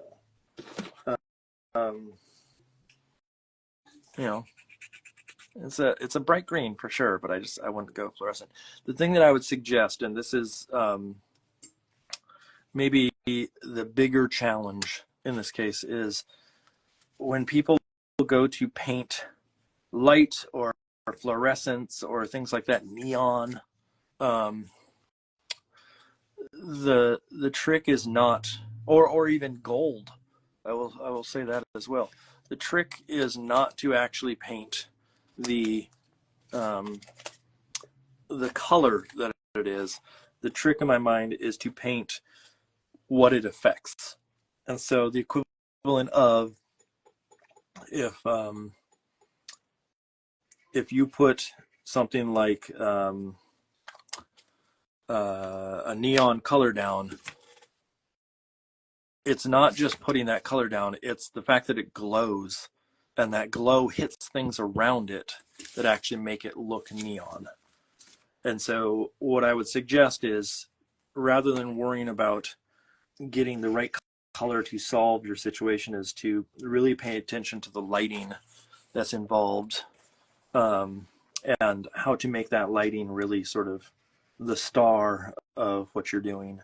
The same thing can be said about gold. I have students that will come in and they'll be like, "Ooh, I got this really great gold paint, so now I can paint some gold in a piece." But then in reality, and this is the truth of the matter, when you go put gold paint down and you try to reproduce it, it looks green. It does not come out as gold. And so the trick is to actually find a way to paint the way that it's reflective, or to paint something that has a sheen on it, rather than saying that the paint alone will solve the problem for you. So I don't 100% know what your situation is, what you're trying to do with that neon paint, but I would suggest maybe thinking about sort of the purpose of that paint and why you need it to be gold or you need it to be neon, and then make it look that effectively or work that way effectively in the end. The same thing can be said about just light in general. There's people who are like, ooh, let me make a beautiful flashlight stream that is coming out of a piece, like a flashlight, or a, as the British would call it, a torch. And I'm going to be sort of blunt here and say that, like, the equivalent of, I'm just going to draw on this here. If I have a flashlight here, there's my flashlight, assuming you all can see this. Boop, boop, boop. It does not put out a light beam like this. It's not everything in there is light. What actually happens is I have a flashlight and light would come out, and let's say you have a apple here, it would just catch the little bits where color and light would hit, i.e. just that front edge. It would probably come back and bounce off of something and hit a little sliver on the back edge, but there wouldn't be a beam of light here unless there's a lot of dust in the air. It won't actually show up as light in that section. So it's about, again, what it affects, not that it's just lighter, if that makes any sense. So that's my hot take for the day. Huffy's hot take.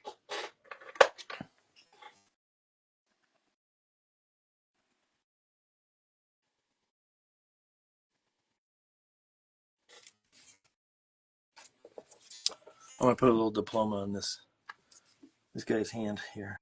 I'm going to put a few little purple scales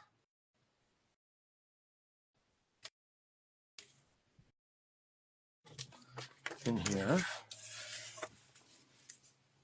which means I can put some purple lines down some of these. In fact,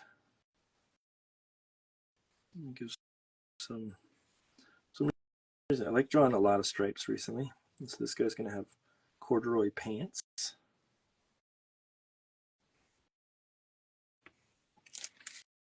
This corduroy's fun, even though I don't like wearing corduroy. When I was in high school, we had a math teacher, and I don't remember what his name was. I want to say it started with a T, but I can't guarantee that. Who had corduroy pants, but the corduroy went the other direction. It didn't go down, it went across. Those horizontal corduroy, and I'm sure there's like instances of that now out there somewhere, but at the time it was shocking. I remember being floored that this guy had corduroy pants that went the other way. There we go. Get in here. Add some tone in a couple of spots like that. I'm waiting for these eyeballs to dry. I'm waiting for that to dry. In fact, here's what I'm going to do. I'm going to because I got my white paint out, I'm going to get these a little bit stronger.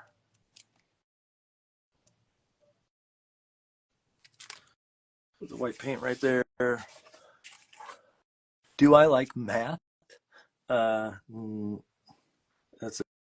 a tough question. Do I think math is important? Yes. Do I like doing math? No. So like, I'm gonna make a bold statement. I don't know if I've ever said this on here. I am agnostic. I don't know what I don't know. And so my theory is I have a feeling that I am maybe not even agnostic, that I believe in something, but it's not the standard something. I believe that the whole world operates on math and science, that maybe God is some giant equation that makes everything make sense. Do I think it's a person? No. But I don't know until I'm there. And so if someone says, like, am I religious? No, I'm not really religious. Do I think math and science are cool? Yes, I think they're amazing. Do I understand it all? No. Do I like to practice it? No. You know, that kind of stuff. So, do I like math? Yes. Do I like to practice math? No. Do I think that math is bigger and more complex than anything I could ever know in my life? Yes.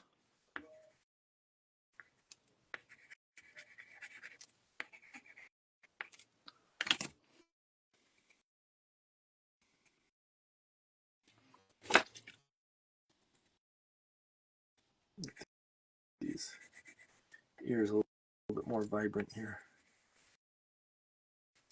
What other questions we got, peoples? Hit me.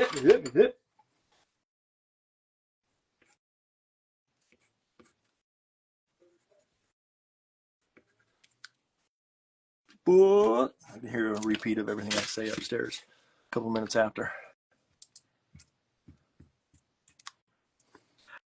I like to think that I know science and math. That's it. I like basic math and I like geometry. If you ask me about calculus, I could care less. I don't understand it at all. I did not do well with it. I don't know what a sine and a cosine are. I mean, I know what cosine is for like loans, but I couldn't tell. I mean, I know they're like some wavelength or like swoopy thing. But outside of that, I don't really know. The graduation caps, I'm just going to take some darker tone that I have, but probably not pure black. And then make like the equivalent of, you know, little sort of graduation cap-esque shapes, and then cut them around some of these. This is probably way too dark for what I want. I will see when I get there, but my guess is this is way too dark. But something like this, and a little guy right there, and then they'll have little like bases underneath them, so it would be like this, like a little boop, like that, of sorts, roughly.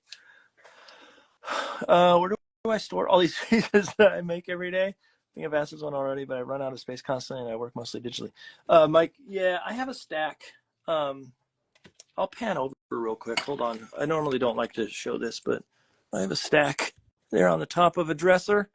That's a CD cabinet. That's an old dresser that stores artwork. Here's my brushes.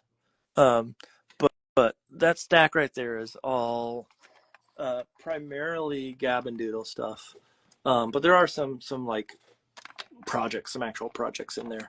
But some of them need to sell. Some of them I want to keep forever. I need to do something with those. I haven't done anything with those yet. I have some. I need to basically take a bunch of artwork and put it in storage. Get a whole bunch of old bins and just stuff them full of artwork. I have not done that yet. I need to. It'll probably be a while before I do that. Maybe this summer I can try to tackle that. But there's just too much, to be honest. The hard part is like there's some stuff I could probably just get rid of because it's not really critical. And then there's some other stuff that like I don't want to get rid of either for sentimental or value reasons, or projects that I'm hesitant to toss the work because, you know, who knows, maybe I need to go scan it again for whatever reason. But I tend to sort of just stash them over there until I get a chance to get back to them. It's kind of bad. I don't mean to be a hoarder in that sense, but it is challenging, to say the least, to find a spot for all the stuff that's made.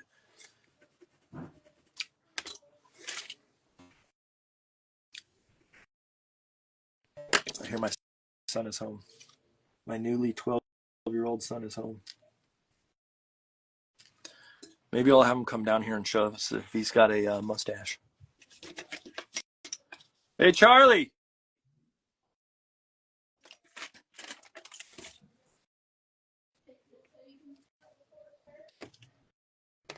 Charlie! Do you have a mustache? What? Do you have a mustache? No. No, he doesn't got one.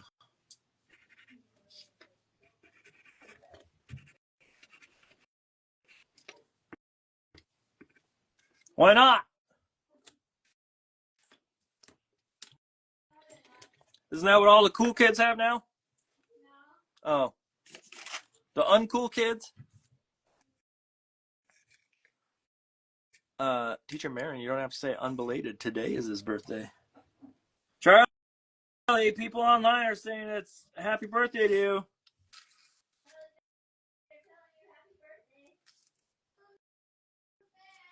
He says thanks.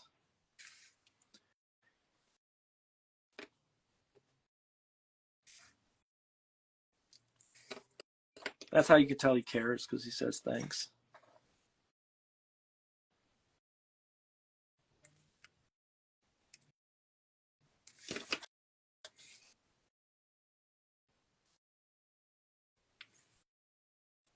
I'm trying to figure out how to put these mouths in here.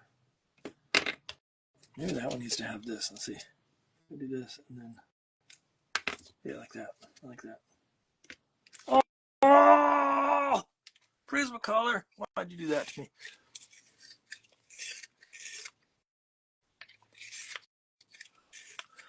What about a gallery show? Do you put them in storage, Schwa, those bees? What are you talking about? I sell those babies. I don't sell them all. For the most part, though, I do sell quite a bit of them, Mike. So it's not, there's not a ton of storage that has to be done there. But every once in a while, I'll get one back, and then I have to find a spot for it. And then what's good though is if I'm really careful, I can send it off to another show, depending on what it is. Although I also work with a couple galleries that are very, very nice and hold on to the work for quite some time, and so there's not a like urgency to get it back. The other thing that the gallery does that I think is quite lovely is they because it's online, they also have the work online, so they hold on to it long enough that you can actually wait for it to sell. And so there's not this like it's got to sell, otherwise it's come back your way sort of thing. So they hold on to that work for quite a bit of time, honestly. Longer than I would normally think they'd want to. And so that's beneficial.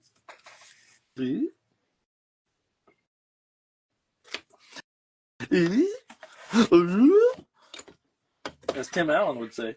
No, I can't even do it now. I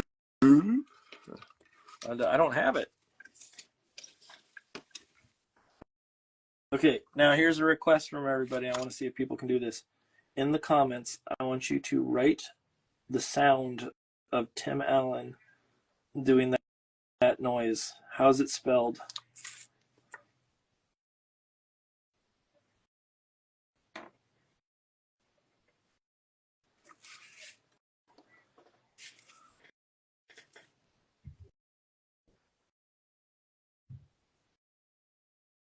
Your best Tim Allen spelling.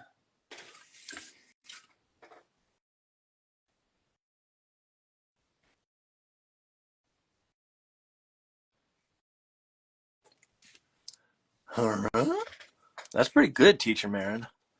House makes.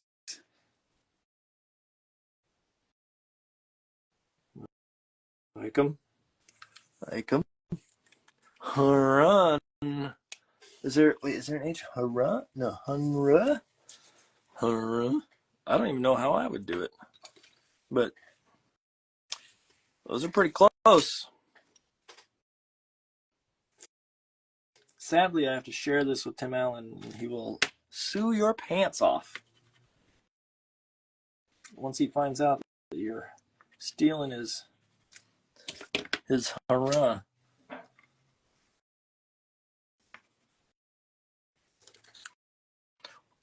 Let's get that out of there. That was in an awkward spot.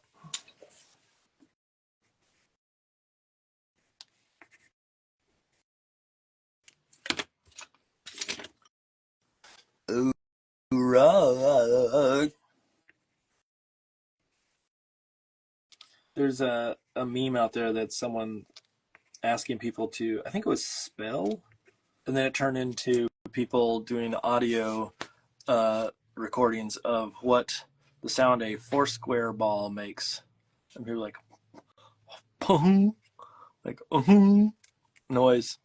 And it was funny. That's my story. You're welcome.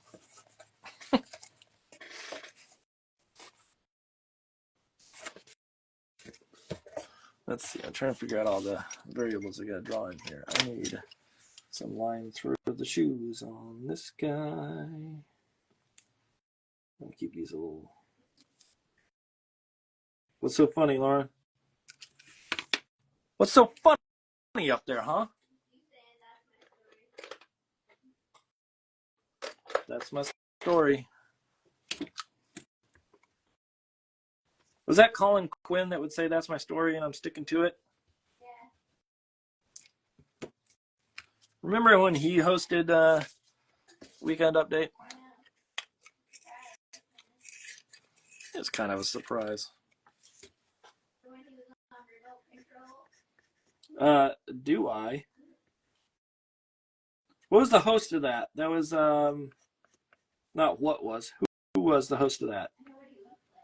Was it Ken something? No. Mark? It wasn't Mark Summers. There's like two people named Mark Summers, and it's.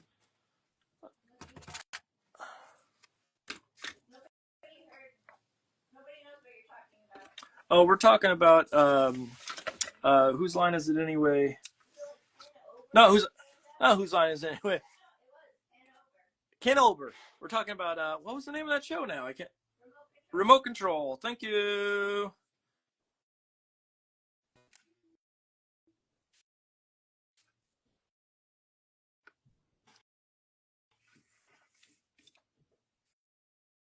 Are you singing a theme song from it? I don't remember the theme song.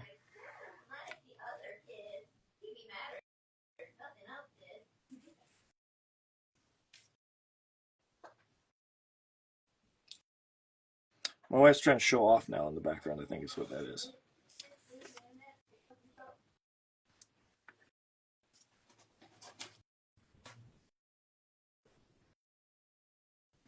There was you can't do that on television, and then there was no, not Kevin Nealon, and then there was oh wait no, and then there was what was the Dave Coulier show? Out of Control. There you go. Yeah. D. Diz. And Fern, the reporter. Hern Burford, that's what it was. She knows all the names. I just start to say them, and then she's like, oh, this is what it was. Burpin' Chili Man? Well, I don't know that one.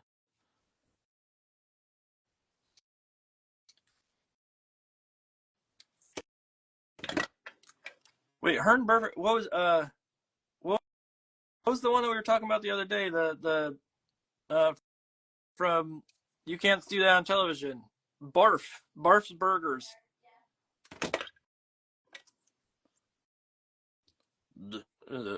What was it that he would say? It was yeah, I heard that. What a weird thing. Both of them Canadian, right?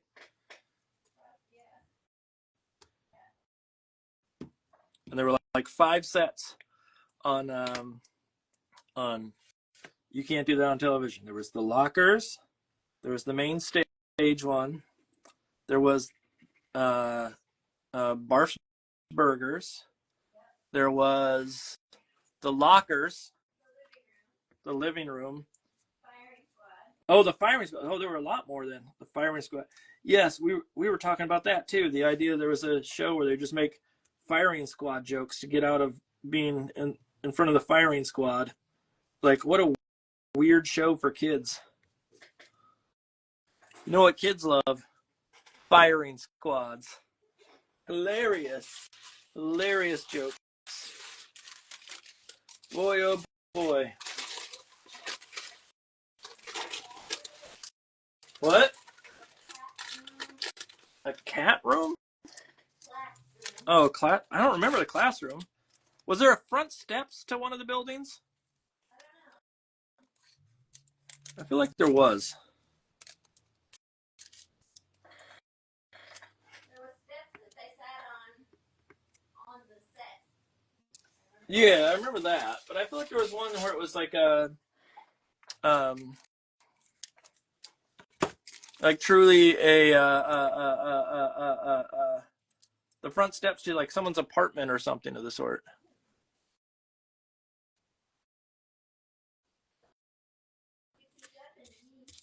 227.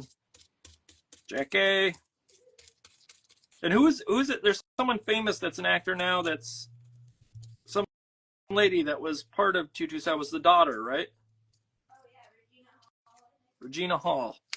Correct, Lauren. Good job. Regina King? One of the two. Good job, Lauren. Proud of you.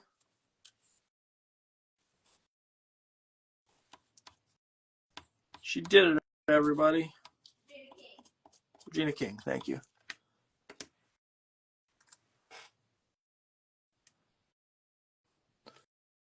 How are we time-wise? Oh, we're at 5:33. Okay, so I got to get this done here.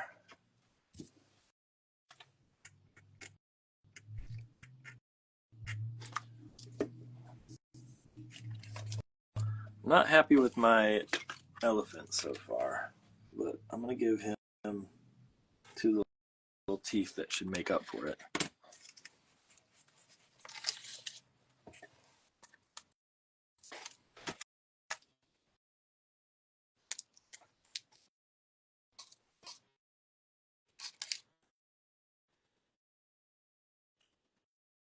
Like, here's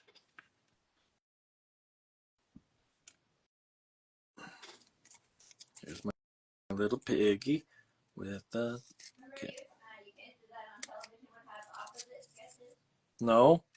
Why said, do I remember they'd have opposite sketches on You Can't Do That on Television? I don't remember that. Everyone would say things that were the opposite of what you would. For like the parents or something like that. Not ringing a bell, Lauren. I'm sorry.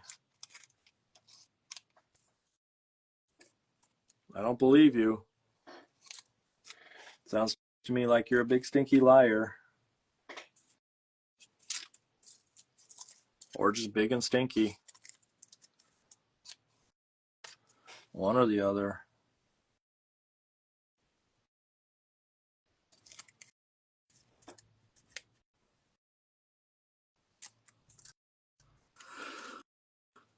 So everybody, how we doing? It just like died off. We started talking about you can't do that on television and no one cares. You can't do that on this show. That's what they're saying. They're saying you can't do that at all. They don't love us, Lauren.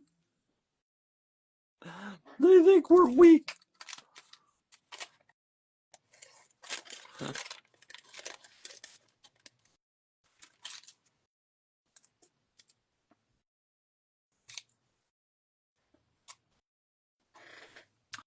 When I was in middle school, there was a teacher of the drama club. I just see that Teacher Marin says best who's line.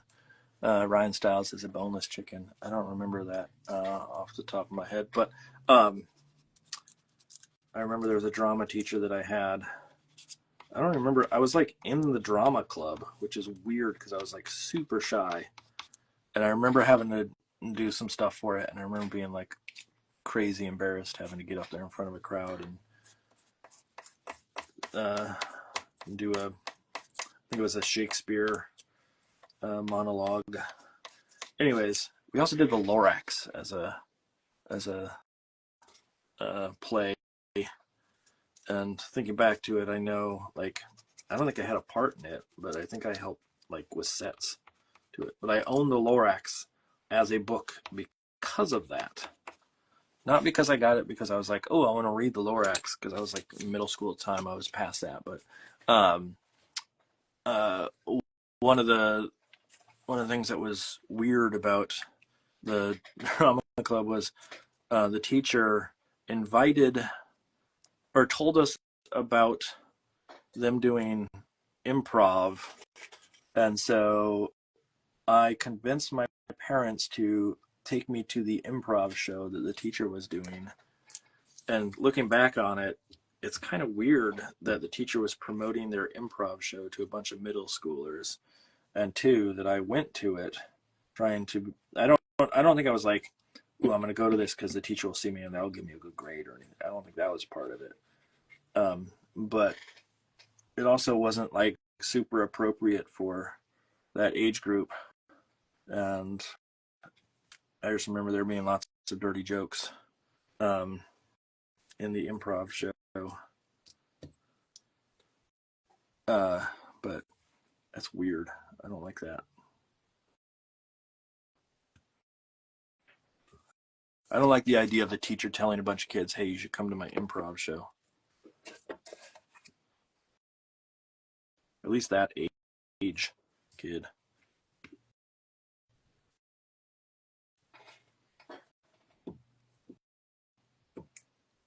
Mike Patrick says, intro is very Terry Gilliam, Monty Python-esque for you can't do that on television.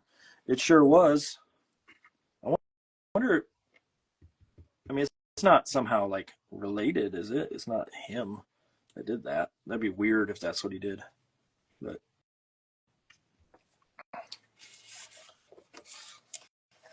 it does have that vibe.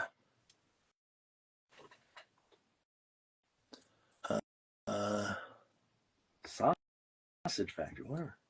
Is there a sausage factory in it? We should watch it with Charlie, Lauren, and see if he enjoys it. It'd be so like him sitting there going like you guys enjoyed this? You enjoyed You Can't Do That on Television? This is dumb. It's all puns and like dumbness. Yeah, I said it. It's puns and dumbness. You heard me correctly. I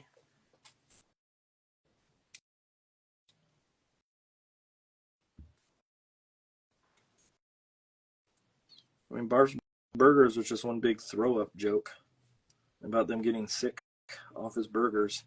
And if that's true, why'd they keep showing up, you know? If something makes you sick, don't eat it again.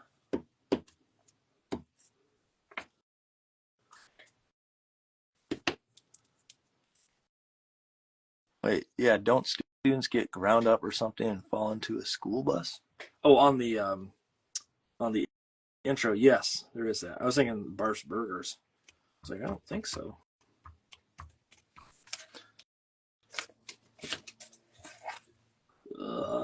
I heard that.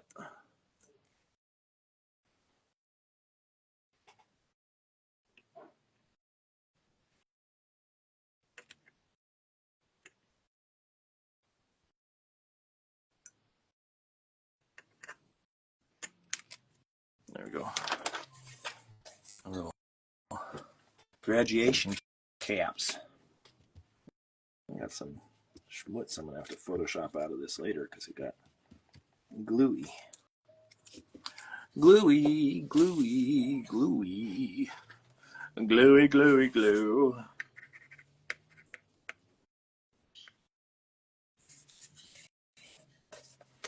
I'm actually not feeling these eyes on this elephant, and so I might do a little something different with it. We'll see.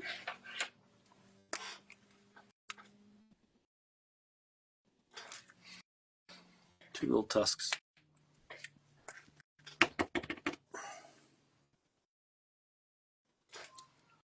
Is that the bad white marker? There's one marker that I have that's not super great. Maybe this one. Aha. That's why. I think it was that one. Yes, it was that one.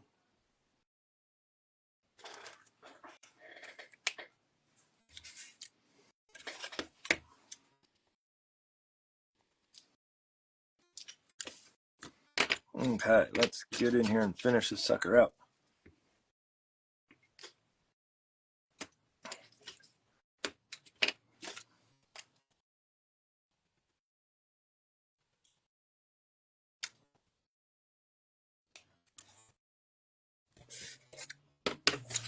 Okay, let's get some white stripes.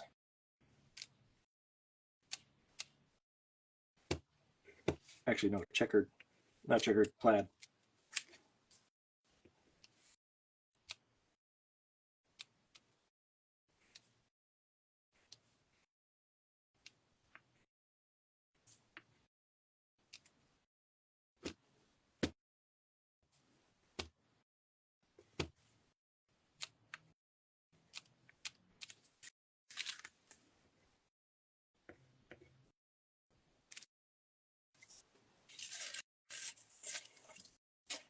And then this guy needs, let's see, I was using this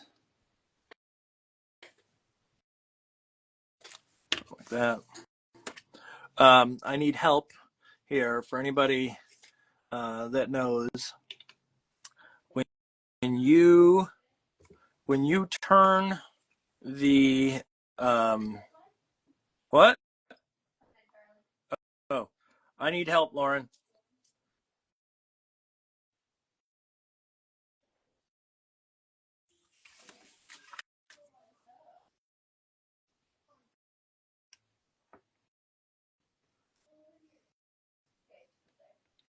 I need help with something, Lauren.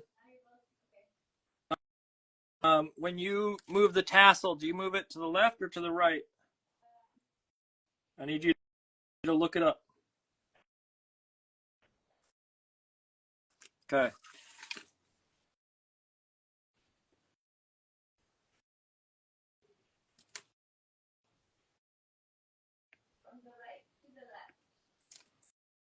Okay, so from the right to the left. Yeah. Yeah.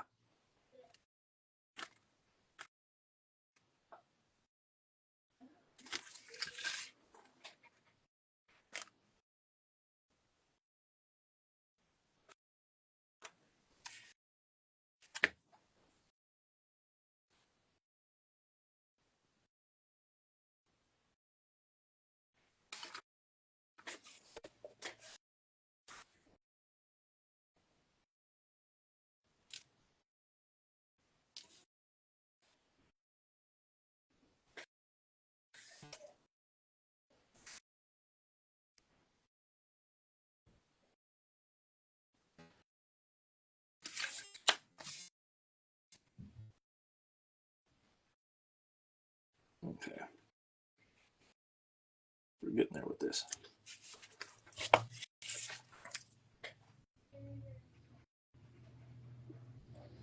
Where are we time-wise? Let's see. I just got to keep an eye on it. It is... I got 15 minutes. I think I can get this done. I think. We'll cross our fingers. Oh, where was I? Oh, that's E. Ooh, that's a bad one there. Let's see.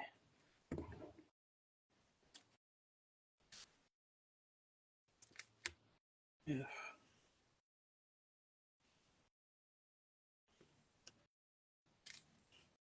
G, do them upside down. H, I, J, K. This one's going to be Z. Da, da, da, da. Z, X, Y, Z. So Y, X, W. Let's say V, U, T. That's S, R, P, O. Make this one Q.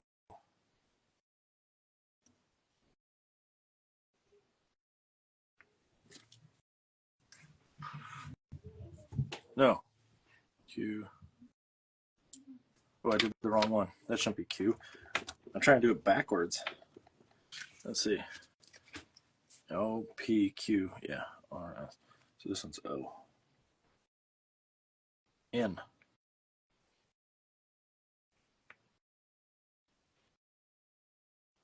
M.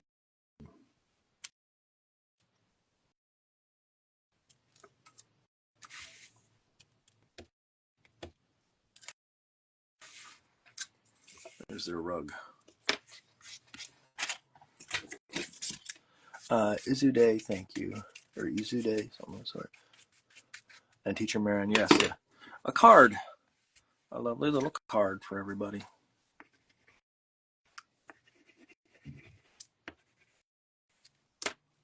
Let's get a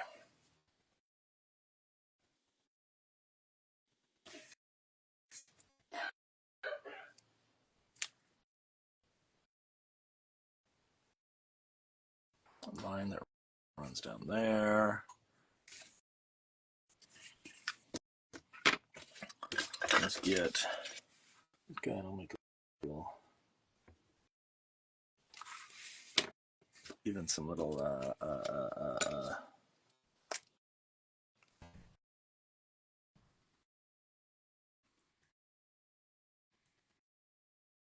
claws. Let's sort of poke out there. That piggy needs some variation in the ear.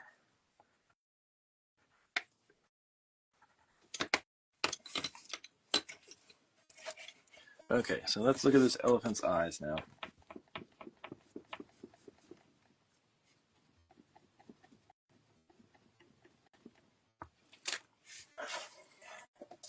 So I'm not feeling them yet. Let's see. Do I want to put in some eyes like that? Is that the good one, or is this the good one? This is the good one. I think. Yeah.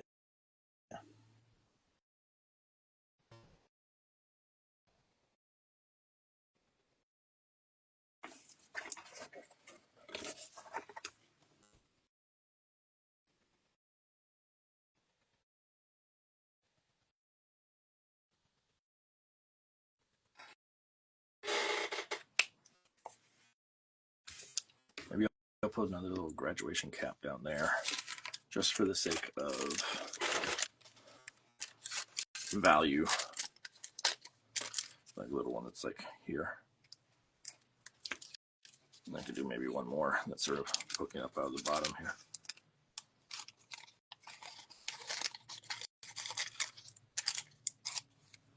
So sort of like this.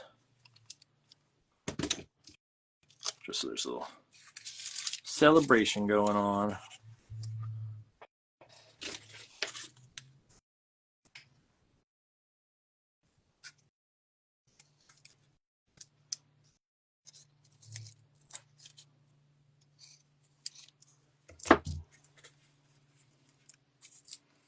Maybe I'll have it flipped upside down.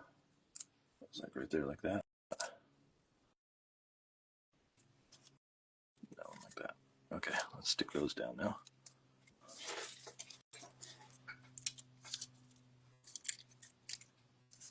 Getting that. There's gonna need to be a lot of Photoshop cleanup on this one because it's getting messy, sticky.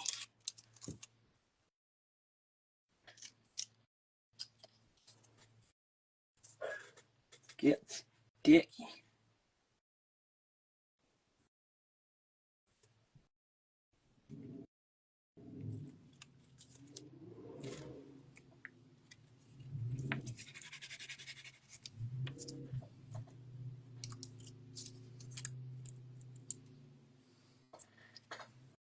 Let's see, how do I put this in here? Like so. Make sure it doesn't give me any bad tangents. Catch that edge. Catch that edge. Glue it down. Glue it down.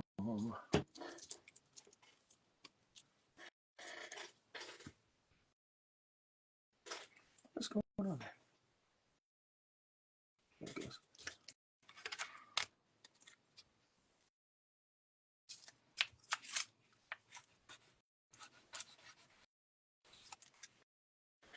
Let's see. I think we're getting to the end, and I better be because we're getting close on time.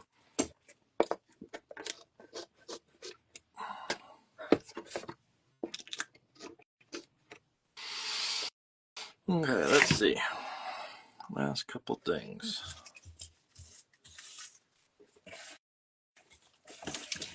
Get in here and get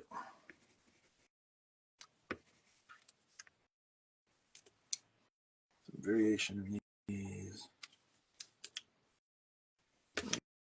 Get little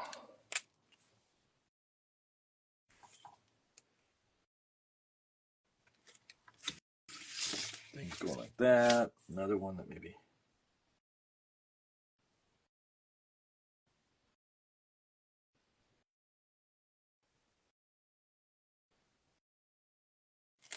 comes out that way. Get these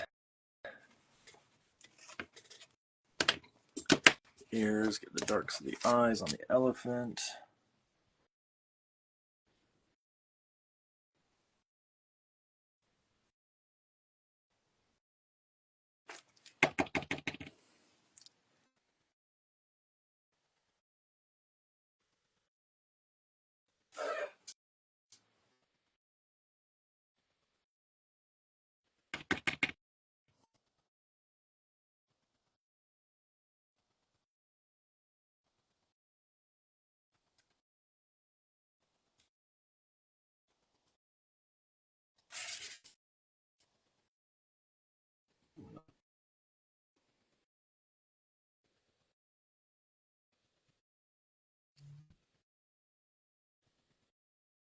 Darken up these nostrils just a little stronger.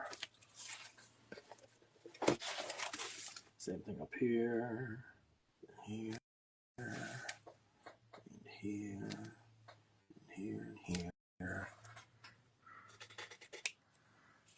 Let's see, are there other things that I should do before I call it a day? I do think I need, where is that one? This one. It's going to be.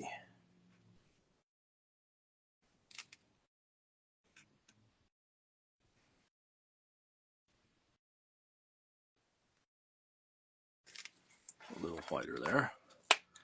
And then I need some little touches underneath.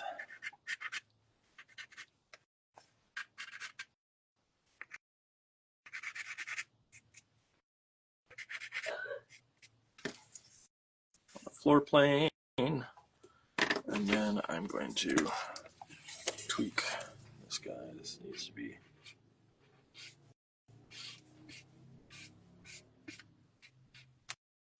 little reduced. Same thing with that.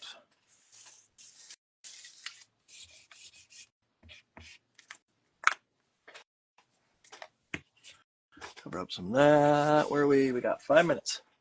5 minutes. 5:55.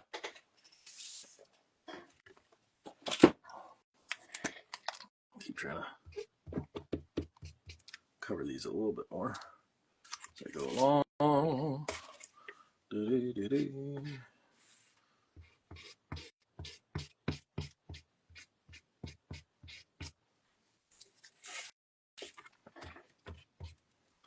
My hands are leaving sticky smudges everywhere, which is not great.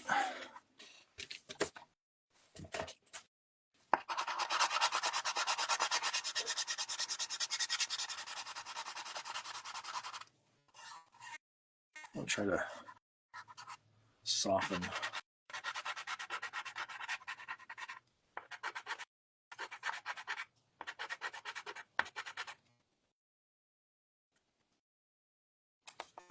Some of the textures in there a little bit. And then maybe draw something like that.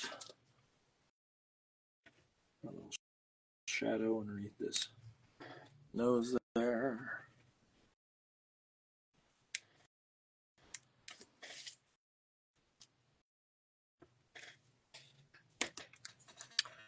Like I said, there's so many little smudges. I'm gonna have to, the glue bits that stuck on this one, I'm gonna have to go clean them up. That's the challenge of working on something that's white, is you see them all. Somebody's hand gets a little sticky and leaves them everywhere.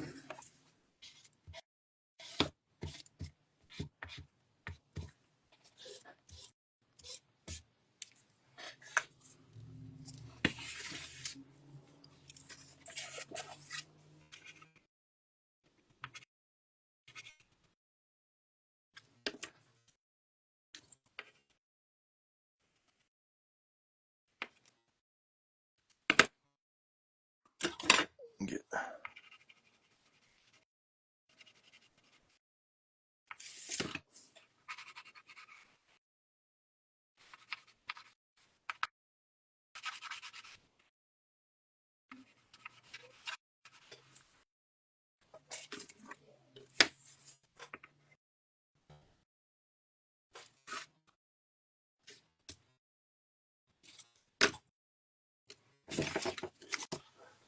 we got just a second more.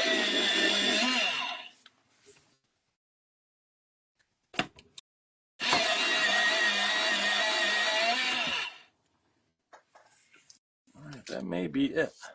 That may be it, folks.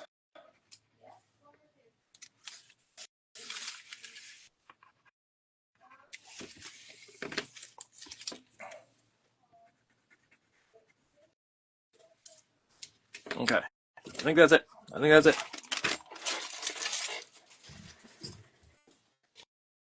Looking for a nice clean surface to put this on. Clean enough. All right, you all have a lovely week. I will see you next Thursday at 2 p.m. for another Gavin Doodle. I don't remember off the top of my head who's up next. If my wife is listening and she knows, she might be able to yell it out in time. If not, next Tuesday. All right. How do you say it again? Ordizia. Okay. So tomorrow, or not tomorrow, next week, Thursday, 2 p.m. Here's my piece. You all have a lovely evening. Here, I'll see if I can get one other set up for it to make it look a little nicer. I am here. My 12-year-old has just entered the room. I am just now 12. Just now? You mean today? Today, yes. I thought you meant like literally like just now. And I'm like, what are you talking about? Let me see if I can get this. It's just black background. Oh, there we go. Okay, there's the piece for the day. Many congratulations to everybody It's going to cut off in just a second, but What? there's his face. Okay, get out of there. Get out of the shot. You only get that when you're 13. Y'all have a lovely week. I'll see you next Thursday.